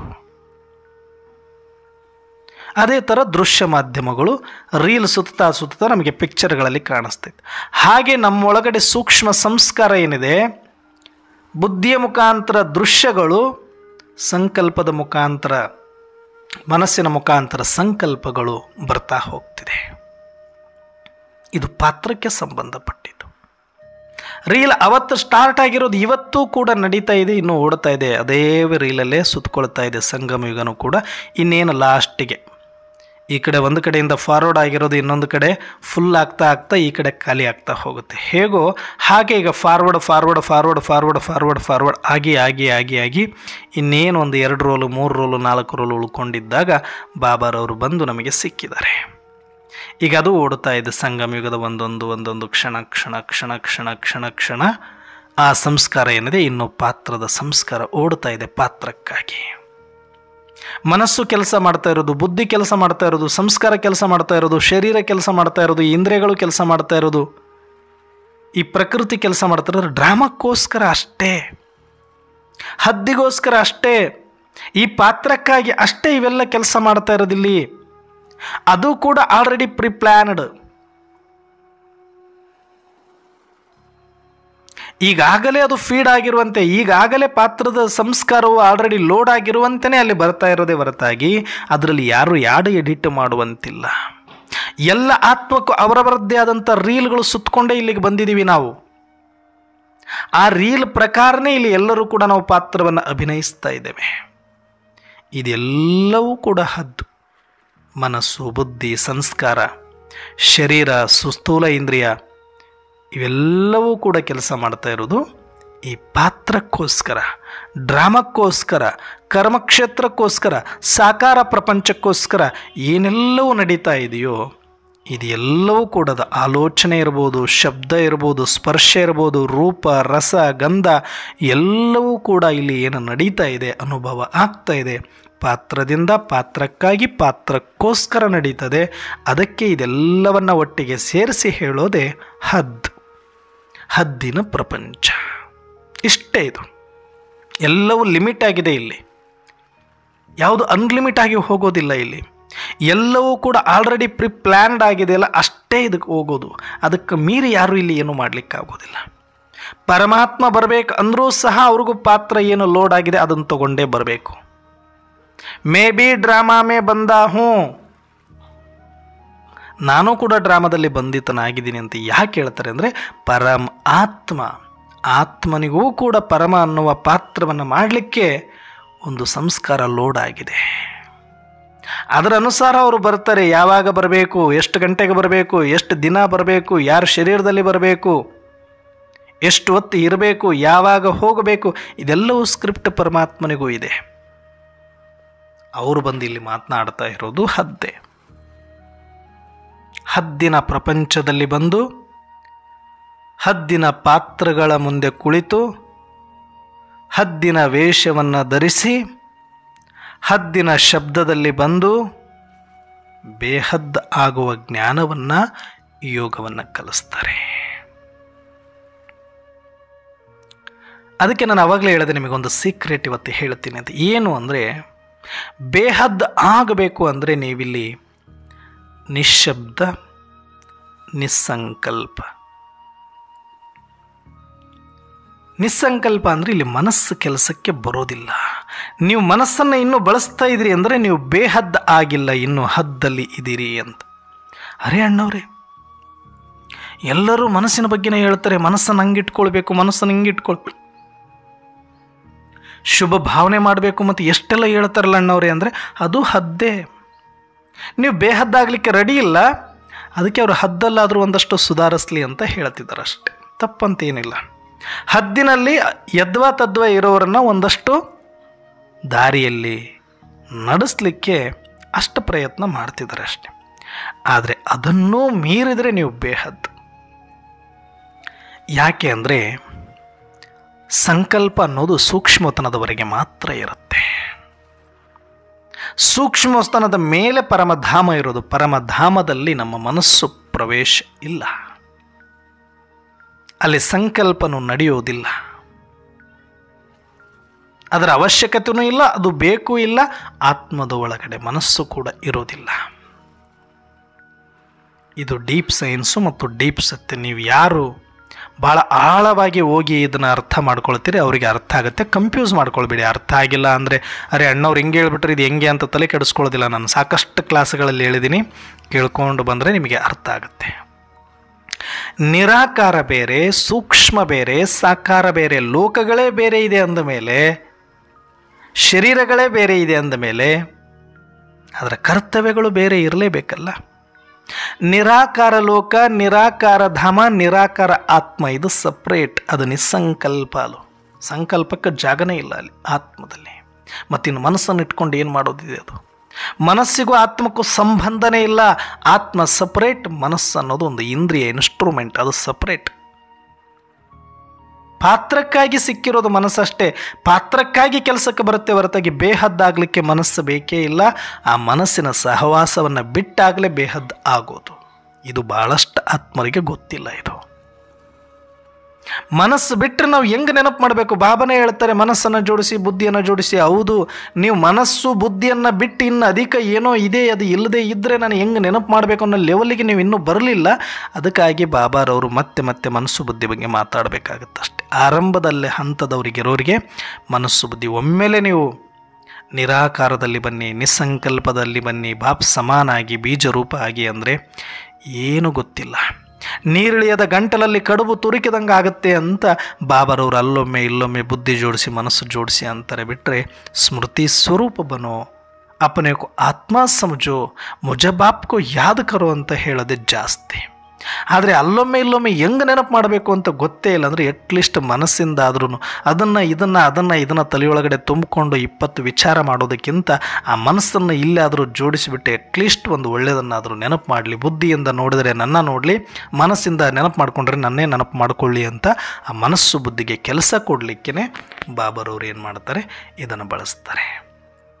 ಆದರೆ ಇದು ಒಂದು ಹಂತಕ್ಕೆ ಮಾತ್ರ ಇದು ಬೇಕಾಗತ್ತೆ. ಆದರೆ ಇಷ್ಟಕ್ಕೆ ನಮ್ಮದು ಜ್ಞಾನ ನಿಲ್ಲೋದಿಲ್ಲ. ಇದಕ್ಕಿಂತ ಮುಂದೆ ತುಂಬ ಆಳವಾಗಿ ಹೋಗಬೇಕಾಗತ್ತೆ. ಸಂಕಲ್ಪ ಅತೀತ ಸ್ಥಿತಿ, ಶಬ್ದ ಅತೀತ ಸ್ಥಿತಿ, ಕರ್ಮ ಅತೀತ ಸ್ಥಿತಿ ಅಂದರೆ ಪಾತ್ರ ಇಲ್ಲಿ ನಡೀತಾ ಇರುತ್ತೆ. ಶರೀರ, ಮನಸ್ಸು, ಬುದ್ಧಿ, ಹೃದಯ, ಕಿಡ್ನಿ, ಲಿವರ್ ಎಲ್ಲ ತನ್ನ ಪಾಡಿಗೆ ತಾನು ಕೆಲಸಗಳು ಮಾಡ್ತಾ ಹೋಗುತ್ತೆ. ಹೇಗೆ ಶರೀರದಲ್ಲಿ ಈಗ ಅಷ್ಟೆಲ್ಲ ಅವಯವಗಳು ಕೆಲಸ ಮಾಡ್ತಾ ಇದ್ದರೂ ಕೂಡ, ತಮ್ಮ ತಮ್ಮ ಕಾರ್ಯ ಮಾಡ್ತಾ ಇದ್ದರೂ ಕೂಡ ಅದರಿಂದ ನಾನು ಡಿಟ್ಯಾಚ್ ಥರ ಅನುಭವ ಮಾಡ್ತಿದ್ದೀನಿ. ಆದರೆ ಅದು ನಿಂತಿದೆಯಾ ಅಂದರೆ, ಅದ್ರ ಕಡೆಗೆ ನಾನು ಗಮನ ಕೊಟ್ಟಿಲ್ಲ ಅಂದರೆ ಅದು ನಿಲ್ಲಿಸಿದೆಯಾ ಕೆಲಸ ಅಂದರೆ ಇಲ್ಲ, ಅದು ಸೆನ್ಸರ್ ವೈಸ್ ನಡೀತಾ ಇದೆ. ಹೇಗೋ ಹಾಗೆ ನನ್ನ ಆತ್ಮ ಅವ್ಯಕ್ತ ಆದರೆ, ಸ್ವಸ್ಮೃತಿಯಲ್ಲಿ ಬಂದರೆ, ಬೇಹದ್ದಿನಲ್ಲಿ ಇದ್ದರೆ ನಾವು ಅನ್ಕೊಳ್ತೀವಿ ಮನಸ್ಸು ಬುದ್ಧಿ ಸ್ಟಾಪ್ ಆಗಿ ಹೋಗ್ಬಿಡುತ್ತೆ, ಏನೂ ಮಾಡೋದಿಲ್ಲ ಅಂತ. ತನ್ನ ಪಾಡಿಗೆ ತಾನು ಇರುತ್ತೆ, ಅದು ತನ್ನ ಪಾಡಿಗೆ ತಾನು ರನ್ ಆಗುತ್ತೆ, ತನ್ನ ಪಾಡಿಗೆ ತಾನು ಪಾತ್ರಕ್ಕೆ ಎಷ್ಟು ಬೇಕಷ್ಟು ನಡೆಸ್ಕೊಂಡು ಹೋಗುತ್ತೆ. ಮನಸ್ಸು ಬುದ್ಧಿ ಅವಶ್ಯಕತೆನೇ ಇಲ್ಲ. ಮನಸ್ಸು ಬುದ್ಧಿ ಯಾವಾಗ ಅವಶ್ಯಕತೆ ಬೀಳುತ್ತೆ ಅಂದರೆ, ಬಹಿರ್ಮುಖದಲ್ಲಿ ಬರಬೇಕಾದಾಗ, ಬಾಹ್ಯ ವ್ಯವಹಾರಗಳಲ್ಲಿ ಹೋಗಬೇಕಾದಾಗ ಬೇಕಾಗತ್ತೆ. ನೀನು ಅಂತರ್ಮುಖಿಯಾಗಿರುವ ಆತ್ಮನಿಗೆ ಮನಸ್ಸು ಬುದ್ಧಿಗಳ ಅವಶ್ಯಕತೆ ಇರೋದಿಲ್ಲ. ಅದಕ್ಕೆ ಅದು ಸೈಲೆಂಟ್ ಆಗಿರುತ್ತೆ, ಸೈಲೆಂಟ್ ಆಗಿದ್ದು ಬಿಡುತ್ತೆ.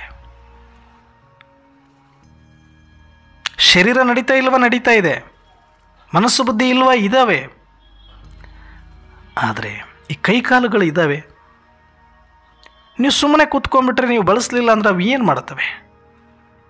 ಅರೆ ಅವು ನಿಸ್ತೇಜ ಆಗಿಬಿಟ್ಟಿದ್ದಾವೆ. ನಿಸ್ತೇಜನಾಗಿಲ್ಲ, ಮತ್ತೆ ಬಳಸ್ಕೋಬೋದು. ನಿಮ್ಗೆ ಯಾವಾಗ ಬೇಕೋ ಅವಾಗ ಬಳಸ್ಕೋಬೋದು. ನೀವು 2 ಗಂಟೆ ಯೋಗದಲ್ಲಿ ಕೂತಿದ್ರಿ ಅಂದ ಮಾತ್ರಕ್ಕೆ ಕಾಲು ನಿಶಕ್ತ ಆಗಿಬಿಟ್ಟೈತಿ, ಕಾಲು ಡೆಡ್ ಆಗಿಬಿಟ್ಟಿದ್ದಾವೆ ಅಂತ ಅಲ್ಲ, ನೀವು ಬಳಸ್ಕೊಂಡಿಲ್ಲ ಅಷ್ಟೆ. ಹಾಗೆ ನೀವು ಅವ್ಯಕ್ತದಲ್ಲಿದ್ದಾಗ, ಬೇಹದ್ದಲ್ಲಿದ್ದಾಗ ಮನಸ್ಸು ಬುದ್ಧಿಯನ್ನು ಬಳಸ್ಕೊಳ್ಳದೇ ಇರುವಂಥ ಸ್ಥಿತಿ ಅದು. ಆವಾಗ ಅವು ಸೈಲೆಂಟ್ ಆಗಿರಲೇಬೇಕು. ಈಗ ನಾನು ಕೂತು ಬಿಟ್ಟಿದ್ದೀನಿ 2 ಗಂಟೆ ಯೋಗದಲ್ಲಿ ಅಂದ ಮಾತ್ರಕ್ಕೆ ಪಾತ್ರ ನಿಂತು ಹೋಗ್ಬಿಟ್ಟಿದೆ ಅಂತ ಯೋಚನೆ ಮಾಡ್ತೀವಿ ನಾವು. ಇಲ್ಲ, ಇದು ಪಾತ್ರನೇ. ಹಾಗೆ ನಾವು ಬೇಹದ್ದಲ್ಲಿ ಇದ್ದಾಗ ಅದು ಪಾತ್ರನೇ. ಅದು ಸೈಲೆಂಟ್ ಆಗಿರೋದು ಒಂದು ಪಾತ್ರನೇ ಮನಬುದ್ಧಿ. ಇಲ್ಲಿಯ ತನಕ ಓಡಿದೆ, ಸುತ್ತಿದೆ. ಸ್ವಲ್ಪ ಅದಕ್ಕೂ ರಿಲ್ಯಾಕ್ಸ್ ಸಿಗಲಿ, ಮೈಂಡ್ ಅದು ಕೂಡ ಸ್ವಲ್ಪ ಸ್ಥಿರಕ್ಕೆ ಬರಲಿ. ಅದು ಕೂಡ ಸಂಕಲ್ಪಗಳ ರೇಟನ್ನು ಕಡಿಮೆ ಮಾಡಿಕೊಳ್ಳಿ, ವಿಚಾರಗಳನ್ನು ಕಡಿಮೆ ಮಾಡಲಿ. ಪಾಸಿಟಿವ್ ಕೂಡ ಬೇಕಾಗಿಲ್ಲ. ನೆಗೆಟಿವಿಂದ ಪಾಸಿಟಿವ್ಗೆ ಬರೋದು ಒಂದಂತ, ಪಾಸಿಟಿವಿಂದ ಜೀರೋಗೆ ಬರೋದು ಇನ್ನೊಂದಂತ. ಇಲ್ಲಿ ಕೂಡ ಸ್ಟೇಜಸ್ ಇರುತ್ತೆ. ನಾವು ಎಲ್ಲೋ ಒಂದು ಕಡೆ ಸಿಕ್ಕಾಕೊಂಡು ಇದೇ ಫೈನಲ್ ಅಂತ ನಿಂತ್ಕೊಳ್ಬೇಡಿ. ಎಲ್ಲೂ ಕೂಡ negative to positive, positive to zero ಆಗೋದು ಬೇಹದ್ದ ಸ್ಥಿತಿ. ಜೀರೋ ಆಗುವಾಗ ಮನಸ್ಸು ಬೇಕಿಲ್ಲ. ಅದಕ್ಕೆ ಯಾರೋ ಒಬ್ಬರು ಆರಂಭದಲ್ಲಿ, ನಾನೊಂದು 4 ವರ್ಷದ ಮುಂಚೆ ಭಾಳ ಡೀಪಾಗಿದ್ದರು ಅವರು ಅಧ್ಯಾತ್ಮದಲ್ಲಿ. ತುಂಬ ಬಾಬರವರು ಸೇವೆ ಮಾಡೋರು, ಇಡೀ ಪರಿವಾರ ಪೂರ್ತಿ ಇರೋರು. ಒಂದು ದಿನ ಮನೆಗೆ ಕರೆಸಿದ್ರು, ಮನೆಗಿಲ್ಲ ಒಂದು ಸೆಂಟರ್ಗೂ ಕರೆಸಿದ್ರು ಅವ್ರ ಕಡೆಯಿಂದ. ಸೆಂಟರ್ಗೆ ಹೋದೆ, ಕೂತ್ಕೊಂಡ್ರು. ಭಾಳ ಕೂತ್ವಲ್ಲ ಅಣ್ಣವರೇ, ನಿಮ್ಮ ಕ್ಲಾಸ್ ಕೇಳಿದ್ದೀನಿ, ತುಂಬ ಡೀಪ್ ಇರುತ್ತೆ, ನಮಗೆ ಸ್ವಲ್ಪ ಯೋಗನೇ ಪ್ರಾಬ್ಲಮ್ಮು, ಯೋಗ ಹೆಂಗೆ ಮಾಡಬೇಕು, ಯೋಗದಲ್ಲಿ ಏನು ಅನುಭವ ಮಾಡಬೇಕು. ನಾನು ಆವಾಗವಾಗ ತುಂಬ ರಿಸರ್ಚ್ಗಳನ್ನು ಮಾಡ್ತಾಯಿದ್ದೆ. ಏನಾದರೂ ತಿಳಿದ್ರೆ ಅದನ್ನು ಎಲ್ಲರಿಗೂ ತಿಳಿಸ್ಬೇಕು ಅನ್ನೋ ಕುತೂಹಲದಲ್ಲಿ ಇರ್ತಾಯಿದ್ದೆ. ಹೋಗಿ ಒಂದು 5 ನಿಮಿಷ ತಂದು ನೀರು ಕೊಟ್ಟರು, ಕೂತ್ಕೊಂಡ್ವಿ. ಸುತ್ತ ಒಂದು 7-8 ಜನ ಅಣ್ಣಂದರು ಅಕ್ಕಂದರು ಕೂತ್ಕೊಂಡ್ರು. ಇವರು ಟಕ ಪ್ರಶ್ನೆ ಕೇಳಿದರು. 1 ನಿಮಿಷ ಯೋಗ ಮಾಡಿ ಅಂದೆ. ಅದೇ ಅಣ್ಣವರೇ ನಮಗೆ ಪ್ರಾಬ್ಲಮ್ಮು, ಯೋಗ ಹೆಂಗೆ ಮಾಡಬೇಕು, ಯೋಗದಲ್ಲಿ ಏನು ಅನುಭವ ಮಾಡಬೇಕು, ಯೋಗದಲ್ಲಿ ಹೇಗಿರಬೇಕು ಪ್ರಶ್ನೆ. ನಾನು ಅವಾಗ ಡೈರೆಕ್ಟಾಗಿ ನನಗೂ ಬಹಳ ಉತ್ಸಾಹ ಹೇಳಿದೆ, ಅಕ್ಕವರೇ ಯೋಗ ಅಂದರೆ ಬೇರೆ ಏನೂ ಅಲ್ಲ, ಏನೂ ಇಲ್ಲದೆ ಇರುವ ಸ್ಥಿತಿಯೇ ಯೋಗ ಅಂತ ಹೇಳಿದೆ. ಏನೂ ಇಲ್ಲದೆ ಇರುವ ಸ್ಥಿತಿಯೇ ಯೋಗ ಅಂತ ಹೇಳಿಬಿಟ್ಟೆ. ಮುಗೀತು. ಅವ್ರು ಆಮೇಲೆ ಈ ಕಡೆ ದಿಕ್ಕಿಗೆ ನೋಡಲಿಲ್ಲ. ಅವರಿಗೆ ಅದು ಅರ್ಥನೂ ಆಗಲಿಲ್ಲ. ನಾನು ಅವಾಗ ಭಾಳ ಜೋಶಲ್ಲಿ ಇದ್ದೆ, ಭಾಳ ಉತ್ಖನನ ಮಾಡ್ತಿದ್ದೆ, ಭಾಳ ರಿಸರ್ಚ್ ಮಾಡ್ತಿದ್ದೆ. ನನಗೆ ಅರ್ಥ ಆದರೂ ಒಳಗಡೆ ಇಟ್ಕೊಳ್ಳೋಕ್ಕೆ ಆಗಲ್ಲ, ಒದ್ದಾಡ್ಬಿಡ್ತೀನಿ. ನಾನು ಮೊದಲು ಹೇಳ್ಬಿಡ್ಬೇಕು, ಅವ್ರಿಗೆ ಅರ್ಥ ಆಗೋದು ಬಿಡೋದು ಆಮೇಲೆ. ಏನಿದೆ ಇದರಲ್ಲಿ ತಪ್ಪು? ಏನೂ ಇಲ್ಲದೆ ಇರುವ ಸ್ಥಿತಿಯೇ ಯೋಗ ಅಂತ ಎಷ್ಟು ಕರೆಕ್ಟಾಗಿ, ಎಷ್ಟು ನೀಟಾಗಿ ಅವ್ರಿಗೆ ಡೈರೆಕ್ಟಾಗಿ ಸತ್ಯ ಹೇಳಿದೆ. ಡೈಜೆಷನ್ ಆಗಲಿಲ್ಲ ಅನಿಸುತ್ತೆ. ಯಾಕಂದ್ರೆ ಅದಕ್ಕೆ ಅವ್ರು ಯೋಗ್ಯ ಇದ್ರೋ ಇಲ್ಲವೋ. ಬಟ್ ನೋಡಿದ್ರೆ ತುಂಬ ಡೀಪಾಗಿದ್ದಾರೆ ಯೋಗದಲ್ಲಿ ಅಥವಾ ಜ್ಞಾನದಲ್ಲಿ ಅಂತ ಅಂದ್ಕೊಂಡೆ. ಬಟ್ ಅವ್ರಿಗೆ ಅದು ಎಷ್ಟು ಅರ್ಥ ಆಯಿತೋ ಗೊತ್ತಾಗಿಲ್ಲ. ಅವತ್ತು ಆ ಪ್ರೋಗ್ರಾಮ್ ಮುಗಿಸ್ಕೊಂಡು ನಾನು ಈ ಕಡೆ, ಅವ್ರು ಆ ಕಡೆ, ಅಷ್ಟು ಬಿಟ್ಟರೆ ಆಮೇಲೆ ಎಲ್ಲೂ ಮತ್ತೆ ಸಿಕ್ಕಿಲ್ಲ. ಕ್ಲಾಸ್ ಕೇಳ್ತಾರೋ ಬಿಡ್ತಾರೋ ಗೊತ್ತಿಲ್ಲ. ಬಟ್ ಅವತ್ತು ಆ ಮಾತನ್ನು ಕರೆಕ್ಟಾಗಿ ಅವರು ಅರ್ಥ ಮಾಡ್ಕೊಂಡ್ಬಿಟ್ಟಿದ್ರು ಅಂದಿದ್ರೆ ಇವತ್ತು ಎಲ್ಲಿರ್ಬೋದಾಗಿತ್ತು. ಬಾಬಾರವ್ರು ಅದನ್ನೇ ಹೇಳ್ತಾರೆ, ಬೇಹದ್ ಬೇಹದ್ ಬೇಹದ್ ಅಂದರೆ ಬೇರೆ ಏನೂ ಅಲ್ಲ. ಏನೂ ಇಲ್ಲದ ಇರುವ ಸ್ಥಿತಿ. ಅಲ್ಲಿ ಸಂಕಲ್ಪ ಇಲ್ಲ, ಅಲ್ಲಿ ಶಬ್ದ ಇಲ್ಲ, ಅಲ್ಲಿ ಕರ್ಮ ಇಲ್ಲ, ಅಲ್ಲಿ ಮಾತು ಇಲ್ಲ, ಅಲ್ಲಿ ಮನಸ್ಸು ಇಲ್ಲ, ಅಲ್ಲಿ ಬುದ್ಧಿ ಇಲ್ಲ, ಅಲ್ಲಿ ಸಂಸ್ಕಾರ ಇಲ್ಲ, ಅಲ್ಲಿ ಪಾತ್ರ ಇಲ್ಲ, ಅಲ್ಲಿ ಪದವಿ ಇಲ್ಲ, ಅಲ್ಲಿ ನರಕ ಇಲ್ಲ, ಅಲ್ಲಿ ಸ್ವರ್ಗ ಇಲ್ಲ, ಏನೂ ಇಲ್ಲ. ಆದರೆ ಎಲ್ಲ ಇದೆ. ಯಾವುದರದ್ದು? ಆತ್ಮದಲ್ಲಿದೆ. ಆತ್ಮದಲ್ಲಿ ಎಲ್ಲವೂ ಇದೆ, ಎಲ್ಲವೂ ತುಂಬಿದೆ, ಎಲ್ಲವೂ ಸಂತುಷ್ಟ ಇದೆ. ಅದಕ್ಕೆ ಈ ಹದ್ದಿನ ಜಗತ್ತಿನಿಂದ ಏನೂ ಇಲ್ಲದೆ ಇರುವ ಸ್ಥಿತಿಗೆ ಬಂದಾಗ ಅದು ಯೋಗ, ಅದು ಆತ್ಮಾಭಿಮಾನಿ, ಅದು ಆತ್ಮೀಯತೆ, ಅದು ನಿರಾಕಾರ್ಯತೆ, ನಿರ್ವಿಕಾರ್ಯತೆ, ನಿರಹಂಕಾರ್ಯತೆ, ಬೀಜರೂಪ. ಈ ಸ್ಥಿತಿಗೆ ಬರಬೇಕು ಅಂದರೆ ನೀವು ಮನಸ್ಸಿಗೆ ಜೋತಾಡೋದನ್ನು ಬಿಡಲೇಬೇಕು, ಮನಸ್ಸಿನ ಮೇಲೆ ಡಿಪೆಂಡ್ ಆಗೋದನ್ನು ಬಿಡಲೇಬೇಕು, ಮನಸ್ಸನ್ನು ಬಳಸೋದನ್ನು ಕಡಿಮೆ ಮಾಡಲೇಬೇಕು. ನಿಸ್ಸಂಕಲ್ಪ ಆಗಬೇಕು ಅಂದರೆ ನಿಮ್ಮ ರೇಟ್ 0ಕ್ಕೆ ಬರಬೇಕದು. ಅಟ್ಲೀಸ್ಟ್ ನೀವು ಪಾತ್ರ ಇರೋವರೆಗೂ ಒಂದು 2-3 ಉಳಿಸ್ಕೋಬೇಕು. ಅದನ್ನು ಮಾಡಿದ್ದು ಜಾನಕಿ ದಾದೀಜಿ ಒಬ್ಬರು, ಗುಲ್ಜಾರ್ ದಾದೀಜಿ, ದೊಡ್ಡ ದೊಡ್ಡ ದಾದಿಯರೆಲ್ಲ ಮಾಡಿಕೊಂಡ್ರು. ಅವರು ಇಷ್ಟೆಲ್ಲ ಜವಾಬ್ದಾರಿಯನ್ನು ಹೊತ್ತು, ಇಷ್ಟೆಲ್ಲ ಕರ್ಮಣ ಸೇವೆಯಲ್ಲಿ ಇದ್ದು ಅವರು ಸಂಕಲ್ಪಗಳನ್ನು ಕಡಿಮೆ ಮಾಡ್ಕೊಳ್ಳೋಕ್ಕಾಯ್ತು. ಯಾಕೆ ಅಂದರೆ ಯಾಕೆ ಅವರು ಹದ್ದಿನಲ್ಲಿ ಬರ್ತಾ ಇರಲಿಲ್ಲ. ಅವರ ಸ್ಮೃತಿಯನ್ನು ಪರಮಧಾಮದಲ್ಲಿ ಕಟ್ಟಿಬಿಟ್ಟಿದ್ರು, ಬಾಬಾರವರಿಗೆ ಜೋಡಿಸಿಬಿಟ್ಟಿದ್ರು. ಮತ್ತು ಹೆಂಗೆ ನೆನಪು ಮಾಡಬೇಕನ್ನೋರೆ? ಮನಸ್ಸನ್ನೇ ಬಳಸಬೇಡಿ ಅಂದರೆ ಹೆಂಗೆ ಬಾಬಾರವ್ರು ನೆನಪು ಮಾಡಬೇಕು? ಬುದ್ಧಿನೇ ಜೋಡಿಸಬೇಡಿ ಅಂದರೆ ಹೆಂಗೆ ನೆನಪು ಮಾಡಬೇಕು ಅನ್ನೋದು ಇದು ಪ್ರಶ್ನೆ. ಇಲ್ಲಿಗೆ ಬರುತ್ತೆ ನೋಡಿ ಉತ್ತರ. ನಿಮಗೆ ಸ್ಟಾರ್ಟಿಂಗಲ್ಲಿ ಅರ್ಥ ಮಾಡಿಸ್ತೀನಿ, ನಿಮಗೆ ಅರ್ಥ ಆಗುತ್ತೋ ಇಲ್ವೋ ಅರ್ಥ ಮಾಡ್ಕೊಳ್ಳಿ ಅಂತ ಹೇಳಿದ್ನಲ್ಲ. ಈ ಪ್ರಶ್ನೆಗೆ ಬಂದು ನಿಂತ್ಕೊಳ್ತೀರಿ ನೀವು. ಅಣ್ಣವ್ರೆ, ಮನಸ್ಸು ಬುದ್ಧಿಯನ್ನೇ ನಾವು ಜೋಡಿಸದೆ ಹೆಂಗೆ ಬಾಬಾರವ್ರನ್ನ ನೆನಪು ಮಾಡ್ಕೊಳ್ಳೋದಕ್ಕೆ ಸಾಧ್ಯ? ಇದು ಇಲ್ಲಿಯ ತನಕ ಬಹಳ ಕಡಿಮೆ ಜನಗಳಿಗೆ ಅರ್ಥ ಆಗಿದೆ ಅಂತ ನಾನು ಅಂದ್ಕೊಳ್ತೀನಿ. ತುಂಬ ಆಲ್ಮೋಸ್ಟ್ ಇಡೀ ಯಜ್ಞದಲ್ಲಿ ಯಾರೂ ಈ ಒಂದು ಸತ್ಯಕ್ಕೆ ರೀಚ್ ಆಗೋದರಲ್ಲಿ ಹಿಂದೆ ಬಿದ್ದಿದ್ದಾರೆ, ಹಿಂದೇಟು ಹಾಕಿದ್ದಾರೆ ಅಂತ ಹೇಳ್ತೀನಿ. ಯಾಕಂತಂದರೆ ಇಲ್ಲಿಯ ತನಕ ಈ ಥರ ರಿಸರ್ಚ್ಗಳು ಇನ್ನೂ ಹೊರಗೆ ಬರಲಿಲ್ಲ. ನಿರಾಕಾರ ಬೇರೆ, ಸೂಕ್ಷ್ಮ ಬೇರೆ, ಸಾಕಾರ ಬೇರೆ, ಲೋಕಗಳೇ ಬೇರೆ, ಅಂದಮೇಲೆ ಅದರ ಸ್ವಭಾವ ಸಂಸ್ಕಾರಗಳು ಬೇರೆ. ಆತ್ಮದ ಪಾಠದಲ್ಲಿಯೂ ಕೂಡ ಆತ್ಮನನ್ನೇ ಬೇರೆ ತೋರಿಸ್ತೀವಿ, ಮನಬುದ್ಧಿ ಸಂಸ್ಕಾರವನ್ನೇ ಸಪರೇಟ್ ತೋರಿಸ್ತೀವಿ ನಾವು. ಆದರೆ ಬಾಬಾರವರು ಪಾತ್ರಕ್ಕಾಗಿ ಅದನ್ನು ಮರ್ಜ್ ಮಾಡಿದರು. ಮೊದಲು ಇವರು ಸ್ವಭಾವ ಸಂಸ್ಕಾರಗಳು ಪರಿವರ್ತನೆ ಮಾಡಿಕೊಳ್ಳಿ. ಶುದ್ರತ್ವ ಬಿಟ್ಟು ಬ್ರಾಹ್ಮಣತ್ವ ಆದ್ರೇ ಇವರಿಗೆ ದೊಡ್ಡದು, ಬೀಜರೂಪ ಆಗೋದು ಆಮೇಲೆ ತಾನೇ ಅರ್ಥ ಆಗುತ್ತೆ ಅಂತ ಅಲ್ಲಿ ಡಿವೈಡ್ ಮಾಡೋಕ್ಕೆ ಹೋಗಲಿಲ್ಲ. ಆತ್ಮ ಬೇರೆ, ಮನಬುದ್ಧಿ ಬೇರೆ ಅಂತ. ಆತ್ಮನೇ ಪಾತ್ರ ಮಾಡ್ತಾ ಇರೋದ್ರಿಂದ, ಪಾತ್ರದಲ್ಲಿನೇ ಪರಿವರ್ತನೆ ಬೇಕಾಗಿರೋದ್ರಿಂದ ಇದರಿಂದನೂ ಆತ್ಮ ಸಪ್ರೇಟಾಗಿ ತೆಗೆದಿಟ್ಟುಬಿಟ್ರೆ ಮತ್ತೆ ಇವರು ಸನ್ಯಾಸಿಗಳ ಥರ ಬೇಹದ್ದಲ್ಲಿ ಬಂದು ಬಿಡಬಹುದು, ಸಂಪ್ರದಾಯಗಳನ್ನು ಫಾಲೋ ಮಾಡದೇ ಇರಬಹುದು, ಶೂದ್ರತ್ವವನ್ನು ಬಿಟ್ಟು ಬ್ರಾಹ್ಮಣತ್ವಕ್ಕೆ ಬರಲೇ ಇರಬಹುದು, ಮತ್ತೆ ಅದು ಬೇರೆ ಬೇರೆ ತಿರುವುಗಳನ್ನು ಪಡೆದುಕೊಂಡು ಬಿಡಬಹುದು ಅಂತ ಬಾಬಾರವರಿಗೂ ಕೂಡ ಒಂದಷ್ಟು ನಿಯಮಗಳಿರುತ್ತೆ.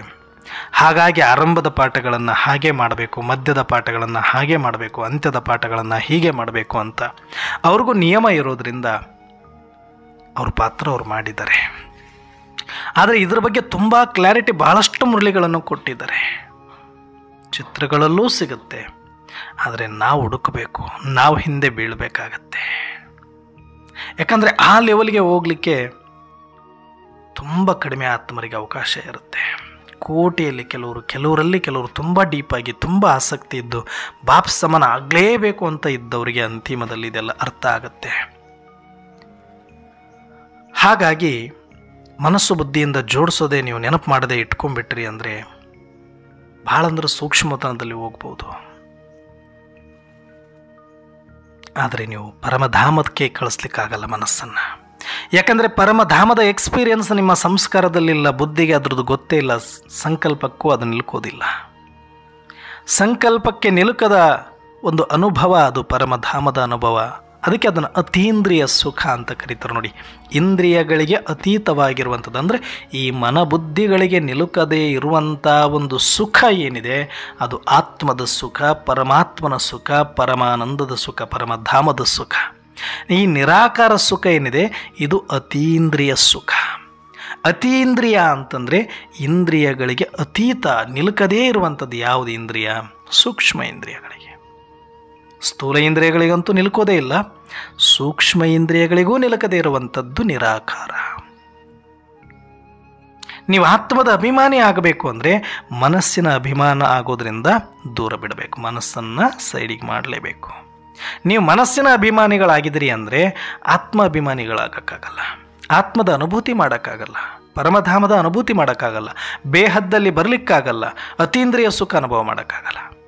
ನೀವು ಮನಸ್ಸು ಬುದ್ಧಿ ಅಂತ ಸುಮ್ಮನೆ ಮಕ್ಕಳ ಥರ ಮಕ್ಕಳಿಗೂ ಕೂಡ ಹೇಳ್ಕೊಟ್ರೆ ಏನು ಬೇಕಾದರೂ ಇಮ್ಯಾಜಿನ್ ಮಾಡಿಕೊಂಡು ಭಕ್ತಿ ಮಾರ್ಗದಲ್ಲಿ ಭಾವನೆಯಲ್ಲಿ ಮುಳುಗಿದಂತೆ ನೀವು ಕೂಡ ಮನಬುದ್ಧಿಯಲ್ಲಿ ಏನೋ ಇಮ್ಯಾಜಿನ್ ಮಾಡಿಕೊಂಡು ಪರಮಧಾಮದಲ್ಲಿ ಬಾಬಾ ಇದ್ದಾರೆ, ಬಾಬಾ ಕಾಣ್ತಾ ಇದ್ದಾರೆ, ನನ್ನ ಕಿರಣಗಳಾಗ್ತಾ ಇದ್ದಾರೆ, ನನ್ನ ಮೇಲೆ ಬೀಳ್ತಾ ಇದೆ. ಇದು ಚಿಕ್ಕ ಮಕ್ಕಳು LKG UKG ಮಕ್ಕಳಿಗೆ ಕಲಿಸ್ಕೊಟ್ರು ಇದನ್ನು ಮಾಡಿಬಿಡ್ತಾರೆ ಕಣ್ಣು ಮುಚ್ಕೊಂಡು. ಇದೆಲ್ಲ ಯೋಗ, ಇದೆಲ್ಲ ಅತೀಂದ್ರಿಯ ಸುಖ. ನೀವು ಇನ್ನೂ ಇಂದ್ರಿಯದನ್ನು ಬಳಸ್ಕೊಂಡು ಅನುಭವ ಮಾಡ್ತಾ ಇದ್ದೀರಿ ಅಂದರೆ ಇದು ಯೋಗ ಅಲ್ಲ.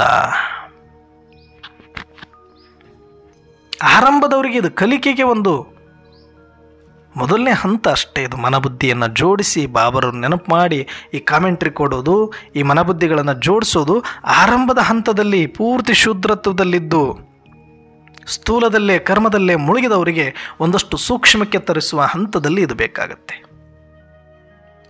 ಆದರೆ ಈಗ ನಾವು ಅಂತಿಮ ಸಮಯದಲ್ಲಿದ್ದೀವಿ, ಅಂತಿಮ ಪಾಠದಲ್ಲಿದ್ದೀವಿ, ಅಂತಿಮ ಅಭ್ಯಾಸಗಳು ನಮಗೆ ಬೇಕಾಗತ್ತೆ ಈಗ. ಅದಕ್ಕೆ ಈಗ ನೀವು ಯೋಗ ಮಾಡಬೇಕು ಅಂದಾಗ ಇನ್ನು ಮುಂದೆ ನೀವು ಈ ಥರ ಪ್ರಾಕ್ಟೀಸ್ ಮಾಡಿ. ಮನಸ್ಸೂ ಇಲ್ಲ, ಬುದ್ಧಿಯಿಂದ ನೋಡೋದು ಇಲ್ಲ, ಮನಸ್ಸಿನಿಂದ ಸಂಕಲ್ಪ ಮಾಡೋದಿಲ್ಲ, ಈ ಸಂಸ್ಕಾರದಿಂದ ಅನುಭೂತಿನೂ ಮಾಡೋದಿಲ್ಲ. ನಾನು ಆತ್ಮದೊಳಗಡೆ ಸ್ಮೃತಿ ಮಾತ್ರ ಇದೆ, ಸ್ಮೃತಿ ವಿಸ್ಮೃತಿ ಮಾಡುತ್ತೆ ಆತ್ಮ. ಅದಕ್ಕೆ ಇದು ಸ್ಮೃತಿ ವಿಸ್ಮೃತಿ ಆಟ ಅಂತ ಹೇಳಿದರು, ಸಂಕಲ್ಪ ವಿಕಲ್ಪಗಳ ಆಟ ಅನ್ನಲಿಲ್ಲ. ಯಾಕಂದರೆ ಆತ್ಮ ಸೂಕ್ಷ್ಮತನಕ್ಕೆ ಬಂದ ತಕ್ಷಣವೇ ವಿಸ್ಮೃತಿ ಆಗತ್ತೆ. ಪರಮಾತ್ಮ ಬಂದು ಈಗ ಸ್ಮೃತಿ ಕೊಟ್ಟರೆ ಮತ್ತೆ ಒಂದು ಕ್ಷಣಕ್ಕೆ ಪರಮಧಾಮವನ್ನು ಅನುಭೂತಿ ಮಾಡುವ ತಾಕತ್ತು ಆತ್ಮಕ್ಕೆ ಇರುತ್ತೆ. ಆತ್ಮ ಇಲ್ಲೇ ಇರ್ಬೋದು, ಆದರೆ ಸ್ಮೃತಿಯಿಂದ ಪರಮಧಾಮಕ್ಕೆ ಹೋಗುವ ತಾಕತ್ತಿರೋದು ಆತ್ಮದ ಸ್ಮೃತಿಗೆ ಮಾತ್ರನೇ ಹೊರತಾಗಿ ಮನಸ್ಸಿಗಿಲ್ಲ. ಈ ಸತ್ಯ ಬಹಳಷ್ಟು ಆತ್ಮರಿಗೆ ಗೊತ್ತಿಲ್ಲ. ಈ ಸೀಕ್ರೆಟ್ ಗೊತ್ತಿಲ್ಲದೆ ಇರೋ ಕಾರಣಕ್ಕಾಗಿ ಯೋಗದಲ್ಲಿ ನೀವು ಎಷ್ಟೇ ಕಷ್ಟಪಟ್ಟರೂ ಅನುಭೂತಿ ಆಗ್ತಾ ಇರಲ್ಲ. ನೀವು ನಿರಾಕಾರದಲ್ಲಿ ಹೋಗಲಿಲ್ಲ ಅಂದರೆ, ಬೀಜ ರೂಪದಲ್ಲಿ ಹೋಗಲಿಲ್ಲ ಅಂದರೆ, ನಿಸ್ಸಂಕಲ್ಪ ಹೋಗಲಿಲ್ಲ ಅಂದರೆ, ಮನಬುದ್ಧಿಗಳನ್ನು ಬಿಡಲಿಲ್ಲ ಅಂದರೆ ತಿಳ್ಕೊಳ್ಳಿ ನೀವು ಇನ್ನೂ ಆತ್ಮವನ್ನು ಟಚ್ಚೇ ಮಾಡಲಿಲ್ಲ. ಆತ್ಮದ ಸಬ್ಜೆಕ್ಟ್ ನೀವು ಇನ್ನೂ ಆರಂಭನೇ ಮಾಡಲಿಲ್ಲ. ನಿರಾಕಾರದ ಅತೀಂದ್ರಿಯ ಸುಖದ ರುಚಿಯನ್ನೇ ನೀವು ನೋಡಲಿಲ್ಲ ಅಂತ ಅರ್ಥ ಅಷ್ಟೇ. ಯಾರು ಈ ಮನಬುದ್ಧಿಯನ್ನು ಸೈಡ್ ಮಾಡಿ ಸ್ಮೃತಿಯಿಂದ ಅನುಭವ ಮಾಡಲಿಕ್ಕೆ ಬರುತ್ತೆ. ಸ್ಮೃತಿ ಅಂದರೆ ಮನಸ್ಸಿಗಿಂತ 1000 ಪಟ್ಟು ಶಕ್ತಿಶಾಲಿ ಮತ್ತು ಸ್ಪೀಡ್ ಆಗಿರುವಂಥದ್ದು. ಅದಕ್ಕೆ 1 ಸೆಕೆಂಡ್ ಮೇ ಮುಕ್ತಿ ಜೀವನ್ ಮುಕ್ತಿ, 1 ಸೆಕೆಂಡಿಗೆ ಹಾರತ್ತೆ ಬಾಬಾ ಅಂತ ಹೇಳ್ತಾರೆ, ಆತ್ಮ ಅಂತ ಹೇಳ್ತಾರೆ ಬಾಬಾ. ಯಾವುದ್ರ ಮೂಲಕ ಅಂದರೆ ಸ್ಮೃತಿಯ ಮೂಲಕ. ಸಂಕಲ್ಪಕ್ಕೆ ನೀವು ಈ ದೇಶದಾಗಿದ್ದವ್ರು ಇನ್ನೊಂದು ದೇಶ ಇದ್ದವರು ಮತ್ತೊಂದು ದೇಶ, ಇನ್ನೊಂದು ಲೋಕವನ್ನು ನೆನೆಸ್ಕೊಳ್ತೀರಿ ಅಂದರೆ ಸೂಕ್ಷ್ಮ ಇಂದ್ರಿಯವಾಗಿರ್ತಕ್ಕಂಥ ಪಾತ್ರಕ್ಕಾಗಿ ಸಿಕ್ಕಿರುವ ಈ ಮನಸ್ಸಿಗೆ ಇಷ್ಟು ಶಕ್ತಿ ಇದೆ ಅಂದಮೇಲೆ ಆತ್ಮದ ಶಕ್ತಿಯಾಗಿರುವ ಸ್ಮೃತಿ, ಆತ್ಮದ ನಿರಾಕಾರ ಇಂದ್ರಿಯ ಆಗಿರುವಂಥ ಸ್ಮೃತಿ, ಆ ಸ್ಮೃತಿಗೆ ಎಷ್ಟು ಪವರ್ ಇರಬೇಡ ಲೆಕ್ಕ ಹಾಕಿ. ಅದಕ್ಕೆ ಸ್ಮೃತಿ ಸ್ವರೂಪರಾಗಿ ಅಂತ ಹೇಳ್ತಾರೆ, ಸಂಕಲ್ಪ ಸ್ವರೂಪರಾಗಿ ಅಂತ ಹೇಳಲ್ಲ ಬಾಬಾ. ಆತ್ಮ ಸ್ಮೃತಿ ಮಾಡುತ್ತೆ. ಆ ಸ್ಮೃತಿಯಲ್ಲಿ ಪರಮಧಾಮದ ಅನುಭವನೂ ಗೊತ್ತಿದೆ, ಪರಮಾತ್ಮನ ಪ್ರೀತಿ ಅನುಭೂತಿ ಗೊತ್ತಿದೆ, ನಿರಾಕಾರ ಆತ್ಮದ ಸಂತೃಪ್ತಿಯೂ ಗೊತ್ತಿರುತ್ತೆ. ನೀವು ಆ ಸ್ಮೃತಿಯನ್ನು ಆತ್ಮದಲ್ಲಿ ಇಟ್ಕೊಂಡ್ರೆ ಅಂದರೆ ನಿಮ್ಮ ಸ್ವಸ್ಮೃತಿಯಲ್ಲಿದ್ದರೆ ಆತ್ಮದ ಅನುಭೂತಿಯನ್ನು ಮಾಡಿಸುತ್ತೆ. ಆ ಸ್ಮೃತಿಯನ್ನು ಪರಮಧಾಮದಲ್ಲಿ ಇಟ್ಟರೆ ಪರಮಧಾಮದ ಅನುಭೂತಿ ಮಾಡಿಸುತ್ತೆ. ಆ ಸ್ಮೃತಿಯನ್ನು ಪರಮಾತ್ಮನಲ್ಲಿಟ್ಟರೆ ಪರಮಾತ್ಮನ ಅನುಭೂತಿ ನಡೆಸುತ್ತೆ. ಇದು ಮಾತ್ರ ಬೇಹದ್ದಿನ ಅನುಭೂತಿ. ಆತ್ಮ ಪರಮಾತ್ಮ ಪರಮಧಾಮ್, ಆತ್ಮ ಪರಮಾತ್ಮ ಪರಮಧಾಮ್. ಇದು ಮತ್ತು ಈ ಸಾಕಾರ ಪ್ರಪಂಚದಲ್ಲಿ ಇದ್ದರೂ ಕೂಡ ಎಲ್ಲರ ಶರೀರಗಳು ನಿಮಗೆ ಕಾಣಿಸ್ತಿಲ್ಲ, ಬರೀ ಆತ್ಮಗಳೇ ಕಾಣಿಸ್ತಾ ಇದೆ. ಆ ಸ್ಮೃತಿಯಿಂದ ನೀವು ನೋಡ್ತಾ ಇದ್ದೀರಿ, ಅದನ್ನೇ ದಿವ್ಯ ನೇತ್ರ ಅಂತ ಕರೀತಾರೆ. ಸ್ಮೃತಿ ಸ್ವರೂಪರಾಗೋದು ಅಂದರೆ ನೀವು ಆತ್ಮ ಅಂತ ಸ್ಮೃತಿಯಲ್ಲಿ ಇದ್ದು ಆಟೋಮೆಟಿಕ್ಕಾಗಿ ಆ ಸ್ಮೃತಿಗೆ ಏನು ಕಾಣಿಸುತ್ತೆ ಅಂದರೆ ನಿಮಗೆ ಎಲ್ಲರೂ ಆತ್ಮದಗಳೇ ಕಾಣಿಸ್ತಾರೆ. ನಿಮಗೆ ಅದು ಬೇಹದ್ದಾಗುತ್ತೆ. ನಾವು ಹದ್ದಿನಲ್ಲಿದ್ದು ಬೇಹದ್ದನ್ನು ನೋಡಬಹುದು. ಅದು ಈ ಕಣ್ಣಿನಿಂದ ನೋಡಬೇಕಾಗಿಲ್ಲ. ನೀವು ಈ ಕಣ್ಣು ತೆರೆದಿದ್ರೂ ಕೂಡ ನೀವು ಬಳಸ್ಕೊಳ್ಳಲ್ಲ. ಅದಕ್ಕೆ ಯೋಗದಲ್ಲಿ ಕಣ್ಣು ಮುಚ್ಚಿದ್ರೂ ಕಣ್ಣು ತೆರೆದ್ರೂ ನಮಗೆ ಫರಕ್ ಬೀಳಲ್ಲ, ಯಾಕಂದ್ರೆ ನಾವು ಅದನ್ನು ಬಳಸೋದೇ ಇಲ್ಲ. ಅಲ್ಲಿ ಮನಸ್ಸನ್ನು ಬಳಸೋದಿಲ್ಲ ನಾವು. ಅದಕ್ಕೆ ನಾವು ಕಾಡಲ್ಲಿದ್ದರೂ ಇರ್ಬೋದು, ಸಂತೆಯಲ್ಲಾದರೂ ಕೊಡ್ಬೋದು, ಎಲ್ಲಿ ಬೇಕಾದರೂ ನಾವು ಆತ್ಮದ ಸ್ಮೃತಿಯಿಂದ ಯೋಗ ಮಾಡೋರಾಗಿರೋದ್ರಿಂದ ನಮಗೆ ಸಂಕಲ್ಪದ ಡಿಸ್ಟರ್ಬೆನ್ಸ್ ಆಗಲ್ಲ, ಶಬ್ದಗಳ ಡಿಸ್ಟರ್ಬೆನ್ಸ್ ಆಗಲ್ಲ, ಕರ್ಮದ ಡಿಸ್ಟರ್ಬೆನ್ಸ್ ಆಗಲ್ಲ. ನಾವು ಕರ್ಮ ಮಾಡ್ತಾನೂ ಮಾಡ್ಬೋದು, ನಡೆದಾಡ್ತಾನೂ ಮಾಡ್ಬೋದು, ಓಡಾಡ್ತಾನೂ ಮಾಡ್ಬೋದು, ಗದ್ದಲದಲ್ಲಿ ಮಾಡ್ಬೋದು, ನಿದ್ದೆಯೊಳಗೂ ಮಾಡಬಹುದು. ಅಂಥ ಒಂದು ಸ್ಥಿತಿ ಬೇಹದ್ದ ಸ್ಥಿತಿ. ಇದು ನಿಜವಾದ ಆತ್ಮದ ಸ್ವರೂಪದಲ್ಲಿ ಬರೋದು, ಸ್ಮೃತಿ ಸ್ವರೂಪರಾಗೋದು ಅಂತ ಹೇಳ್ತಾರೆ. ಅದಕ್ಕೆ ಈಗ ನಾವು ಇಷ್ಟೆಲ್ಲ ತಿಳಿದುಕೊಂಡು ಇಷ್ಟು ಡೀಪಾಗಿ ನಾವು ಹೋಗುವಂಥ ವಿದ್ಯೆ ನಮ್ಮ ಹತ್ರ ಇಟ್ಕೊಂಡು ಇನ್ನೂ ಹದ್ದಿನಿಂದ ಈ ಶರೀರದ ವನಪುವಯ್ಯಾರ, ಸಂಬಂಧದ ವನಪುವಯ್ಯಾರ, ಆಸ್ತಿ ಅಂತಸ್ತಿನ ವನಪುವಯ್ಯಾರ, ಅಧಿಕಾರ ಹೆಸರು ಕೀರ್ತಿಯ ವನಪುವಯ್ಯಾರಗಳು, ಭೇದ ಭಾವಗಳು, ಈ ದೃಷ್ಟಿ, ಎಲ್ಲಿ ತನಕ ನೀವು ಮನಸ್ಸು ಬುದ್ಧಿಯನ್ನು ಬಳಸ್ತಾ ಇರ್ತೀರ ಅಲ್ಲಿ ತನಕ ಇದರೊಳಗಡೆ ಈ ಗೊಜ್ಜಲು ಇರೋದೆ. ಯಾಕಂದರೆ ಮನಸ್ಸು ಬುದ್ಧಿ ಸಂಸ್ಕಾರಗಳೊಳಗಡೆ ಎಲ್ಲ ತುಂಬಿಕೊಂಡಿದೆ, ಎಲ್ಲ ಮಿಕ್ಸ್ ಆಗಿರೋದು. ಸಮುದ್ರದ ನೀರಿನೊಳಗಡೆ ವಿಷ ಬೆರೆತರೂ ಕೂಡ ಅದು ವಿಷ ಸಮುದ್ರ ಪೂರ್ತಿ ವಿಷನೇ ಆಗುತ್ತೆ. ಹೇಗೋ ಹಾಗೆ ನಿಮಗೆ ಸತ್ಯಯುಗ ತ್ರೇತಾದ ಸಂಸ್ಕಾರ, ಪಾತ್ರದ ಸಂಸ್ಕಾರ ಒಳಗಡೆ ಇದ್ದರೂ ಕೂಡ ಕಲಿಯುಗದ ಎಷ್ಟು ವಿಕಾರ ಸಂಸ್ಕಾರ ಅದರೊಳಗಡೆ ತುಂಬಿಕೊಂಡ ಮೇಲೆ ಕೆಸರಿನಿಂದ ಕೂಡಿರ್ತಕ್ಕಂಥದ್ದನ್ನು ನೀವು ಎಷ್ಟು ಸ್ವಚ್ಛ ಮಾಡಿದರೆ ಏನಾಗೋದಿದೆ? ಅದು ಕೆಸರೇ ಅದು. ಅದರೊಳಗಡೆ ಎಲ್ಲ ಸಪ್ರೇಟ್ ಮಾಡಿಬಿಡ್ತೀನಿ ನಾನು ಅಂತಂದ್ರೆ ಏನು ಸಪ್ರೇಟ್ ಮಾಡೋದಿದೆ? ಎಲ್ಲ ಮಿಕ್ಸ್ ಅದರೊಳಗಡೆ ಇದೆ. ಅದಕ್ಕೆ ನೀವು ಅದನ್ನು ಬಳಸೋದೇ ಬಿಟ್ಟುಬಿಡಿ. ಆ ಮನಸ್ಸು ಬುದ್ಧಿ ಸಂಸ್ಕಾರದಲ್ಲಿ ಎರಡೂ ಇದೆ, ಸತ್ಯನೂ ಇದೆ, ಸತ್ಯಯುಗ ತ್ರೇತಾಯುಗದ ದೇವತೆಗಳ ಸಂಸ್ಕಾರನೂ ಇದೆ, ಕಲಿಯುಗದ ಸಂಸ್ಕಾರ, ಅವೆರಡೂ ಬಿಟ್ಟುಬಿಡಿ. ಹದ್ದಿನ ಸಂಸ್ಕಾರಗಳವೆರಡೂ ಕೂಡ.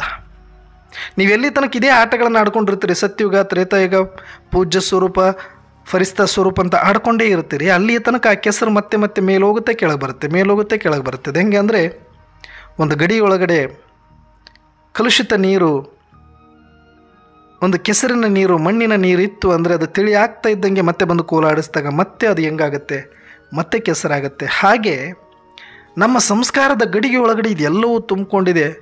ಸ್ವಲ್ಪ ನೀವು ಯೋಗ ಮಾಡಿ ಈ ಮನಸ್ಸು ಬುದ್ಧಿಯಿಂದ ಸತ್ಯುಗ ನೆನೆಸಿ ಮೇಲೆ ತರ್ತೀರಿ.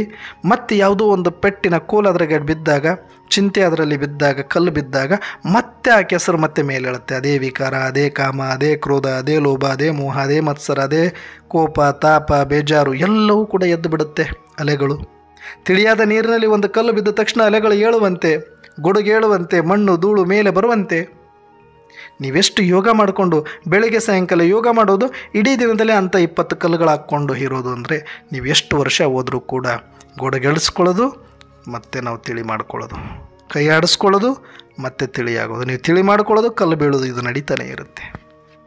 ಅದಕ್ಕೆ ಈ ಪಾತ್ರೆನೇ ಬಿಟ್ಟುಬಿಡಿ. ಇದನ್ನು, ಈ ಮನಬುದ್ಧಿ ಸಂಸ್ಕಾರವನ್ನು ಯೂಸೇ ಮಾಡ್ಕೊಳ್ಬೇಡಿ. ಯೋಗದಲ್ಲಿ ಕೂಡ್ತೀರಾ, 5 ನಿಮಿಷ ಕೂಡ್ತೀರಾ, 10 ನಿಮಿಷ ಕೂಡ್ತೀರಾ, ಅರ್ಧ ಗಂಟೆ ಕೂಡ್ತೀರಾ, ನಿರಾಕಾರ ಸ್ಮೃತಿ ಇದೆ, ನಿಮಗೆ ಗೊತ್ತೇ ಇಲ್ಲ. ಇದು ನಿನ್ನ ಮೇಲೆ ಬಳಸಿ. ಮನಬುದ್ಧಿ ಮನಸ್ಸು ನಿಮ್ಗೆ ಗೊತ್ತಿತ್ತ ಇಷ್ಟು ದಿನ, ಮನಸ್ಸು ಅಂತ ಅಂದ ತಕ್ಷಣ ಜೋಡಿಸ್ತೀರಿ. ಈಗ ಮನಸ್ಸಲ್ಲ ನಾನು ಬಳಸ್ತಾ ಇರೋದು ಸ್ಮೃತಿ. ಸ್ಮೃತಿಗೇನು ಅಂತಂದರೆ ಅದು ಏನು ಮಾಡುತ್ತೆ ಅಂದರೆ ಈ ಮನಸ್ಸು ಬುದ್ಧಿ ಸಂಸ್ಕಾರ ಈ ಮೂರೂ ಸೇರಿ ಏನು ಕೆಲಸ ಮಾಡ್ತವೋ ಅದು ಒಂದೇ ಎಲ್ಲ ಕೆಲಸ ಮಾಡುತ್ತೆ. ಸ್ಮೃತಿ ಇದ್ದರೆ ಪರಮಧಾಮ ಅಂದ ತಕ್ಷಣವೇ ಅದು ಸಂಕಲ್ಪ ಅಲ್ಲ. ಸ್ಮೃತಿ ಮಾಡಿದ ತಕ್ಷಣ 1 ಸೆಕೆಂಡ್ ಸಂಕಲ್ಪ ಮಾಡಿ ಆಮೇಲೆ ಅದು ಒಂದು ಚಿತ್ರ ತೋರಿಸಿ ಆಮೇಲೆ ಅನುಭವ ಮಾಡಿಸ್ಬೇಕು. ಯಾಕಂದರೆ 3 ಕೆಲಸಗಳು ಬೇರೆ ಬೇರೆ ಇದೆ ಇಲ್ಲಿ ಮನಸ್ಸಿಂದು. ಯಾಕಂದರೆ ಎಷ್ಟೋ ಸಲ ಮನಸ್ಸಿದ್ದ ಕಡೆ ಬುದ್ಧಿ ಇರಲ್ಲ, ಬುದ್ಧಿ ಇದ್ದ ಕಡೆ ಸಂಸ್ಕಾರ ಇರೋದಿಲ್ಲ. ಈಗ ನಿಮ್ಮ ಮನೆ ಅಂತ ನೀವು ನೆನೆಸ್ಕೊಂಡ ತಕ್ಷಣ ಬುದ್ಧಿ ಅಲ್ಲಿಗೆ ಹೋಗಿಲ್ಲ ಅಂದರೆ ಚಿತ್ರ ತೋರಿಸಲ್ಲ, ಬರೀ ಮನಸ್ಸು ಸಂಕಲ್ಪ ಅಷ್ಟೇ ಹೋಗಿರ್ತೈತಿ. ಇದು ಮನಸ್ಸಿನ ಕೆಲಸ. ನೀವು ಮತ್ತೆ ಕಾನ್ಸಂಟ್ರೇಷನ್ ಅಂದರೆ ಆ ಬುದ್ಧಿನೂ ಅದರಿಂದ ಓಡಿಸ್ಬೇಕು, ಆವಾಗ ಅದು ಕಾನ್ಸಂಟ್ರೇಷನ್ ಆಗುತ್ತೆ. ಕಾನ್ಸಂಟ್ರೇಷನ್ ಮಾಡಿ ಮತ್ತೆ ಸ್ವಲ್ಪ ಹೊತ್ತು ಅಲ್ಲೇ ಉಳಿಸ್ಬೇಕು ಅದನ್ನು, ಆವಾಗ ನಿಮಗೆ ಅದರ ಎಕ್ಸ್ಪೀರಿಯನ್ಸ್ ಸಂಸ್ಕಾರ ಮಾಡಿಸುತ್ತೆ. ಇಷ್ಟು ಪ್ರೊಸೆಸ್ ಇಲ್ಲಿ ನಡೆಯುತ್ತೆ ಮನಸ್ಸು ಬುದ್ಧಿ ಸಂಸ್ಕಾರದೊಳಗಡೆ. ಆದರೆ ಸ್ಮೃತಿ ಹಂಗಲ್ಲ, 1 ಸೆಕೆಂಡಲ್ಲಿ ನೀವು ಪರಮಧಾಮ ಅಂದ ತಕ್ಷಣವೇ ಸ್ಮೃತಿ ಹೋಗ್ಬಿಡ್ತು. ಅಲ್ಲಿ ಚಿತ್ರನೂ ತೋರಿಸುತ್ತೆ, ಅನುಭೂತಿ ಮಾಡಿಸ್ತಾ ಇರುತ್ತೆ. ಅಲ್ಲಿ ಮನಸ್ಸು ಬುದ್ಧಿ ಸಂಸ್ಕಾರ ಹೇಗೆ ಸಪ್ರೇಟ್ ತಮ್ಮ ಕೆಲಸ ಮಾಡಬೇಕು ಆ ಥರ ಎಲ್ಲ ಸ್ಮೃತಿಯನ್ನು ನೀವು ಬಳಸೋದು ರೂಢಿ ಮಾಡ್ಕೊಂಬಿಟ್ರೆ 1 ಸೆಕೆಂಡಲ್ಲಿ ಎಕ್ಸ್ಪೀರಿಯನ್ಸ್ ಸ್ಟಾರ್ಟ್. ಅನ್ಲಿಮಿಟೆಡ್, ಅನ್ಬಿಲೀವೇಬಲ್, ಅಷ್ಟು ಬ್ಯೂಟಿಫುಲ್ ಎಕ್ಸ್ಪೀರಿಯನ್ಸ್, ಅತೀಂದ್ರಿಯ ಸುಖ. ಅಲ್ಲಿ ಸಂಕಲ್ಪ ಮಾಡಬೇಕಾಗಿಲ್ಲ, ಬುದ್ಧಿ ಪರಿಶ್ರಮ ಇಲ್ಲ, ಕಾನ್ಸಂಟ್ರೇಷನ್ ಮಾಡಬೇಕಾಗಿಲ್ಲ, ಅಲ್ಲಿ ಸ್ಥಿರ ಮಾಡಬೇಕನ್ನೋದಿಲ್ಲ. ನೀವು ನೆನೆಸ್ಕೊಂಡ್ರೆ ಸಾಕು, ಅದೇ ಅದು ಆಗ್ತಾ ಇರುತ್ತೆ.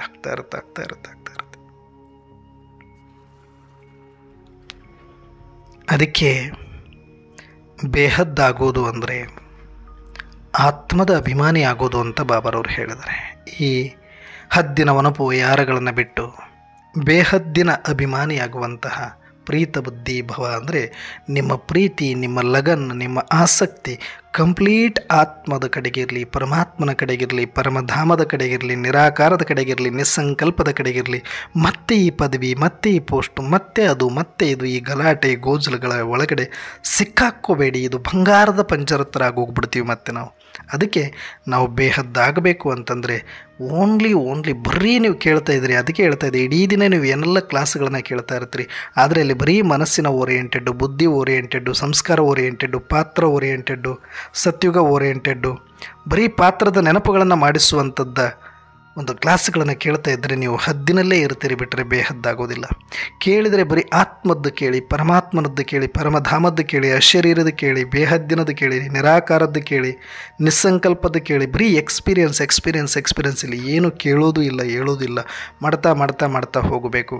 ಆದರೆ ಕೇಳಿದ್ರೇನು ಕೇಳ್ತಾ ಅನುಭವ ಮಾಡಬೇಕು ಅಂದರೆ ಈ ಥರ ಆತ್ಮದ ಕ್ಲಾಸ್ಗಳನ್ನು ಕೇಳಿ, ಯಾರದ್ದಾದರೂ ಕೇಳಿ. ಆತ್ಮದ ಬಗ್ಗೆ ಮಾತ್ರ, ನಿರಾಕಾರದ ಬಗ್ಗೆ ಮಾತ್ರ, ನಿರಾಕಾರ ಧಾಮ, ನಿರಾಕಾರ ತಂದೆ, ಇಷ್ಟರಲ್ಲೇ ನೀವು ಇದ್ದು ಬಿಟ್ಟರೆ ಇದನ್ನೇ ಬೀಜರೂಪ, ನಿರಾಕಾರ ರೂಪ, ನಿಸ್ಸಂಕಲ್ಪ ಸ್ಥಿತಿ, ಕರ್ಮಾತೀತ ಸ್ಥಿತಿ, ಬೇಹದ್ದಿನ ಸ್ಥಿತಿ ಅಂತ ಕರೀತಾರೆ.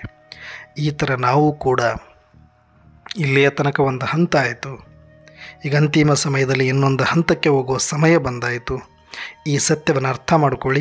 ಮನಸ್ಸು ಬುದ್ಧಿಯನ್ನು ಸೈಡ್ಲೈನ್ ಮಾಡಿ ಸ್ಮೃತಿಯ ಮೂಲಕ ಅನುಭವ ಮಾಡುವ ಅಭ್ಯಾಸವನ್ನು ಆರಂಭ ಮಾಡಿ ನಾವು ಕೂಡ ಆದಷ್ಟು ಬೇಗ ಬೇಹದ್ದಿನ ಸ್ಥಿತಿಯಲ್ಲಿ ಬಂದು ಪರಮಾತ್ಮನಿಗೆ ಪ್ರೀತಿಪಾತ್ರರಾಗೋಣ ಅಂತ ಹೇಳ್ತಾ ಇವತ್ತಿನ ಪ್ರೀತ ಬುದ್ಧಿ ಭವ ಈ ವರದಾನವನ್ನು ನಾವು ಪ್ರಾಪ್ತಿ ಮಾಡಿಕೊಳ್ಳೋಣ ಅಂತ ಈ ಒಂದು ಚಿಂತನೆಯನ್ನು ಬಾಬಾರವರಿಗೆ ಅರ್ಪಿಸಿ ಇವತ್ತಿನ ಚಿಂತನೆಯನ್ನು ಮುಕ್ತಾಯ ಮಾಡೋಣ. ಅಚ್ಚಾ, ಓಂ ಶಾಂತಿ.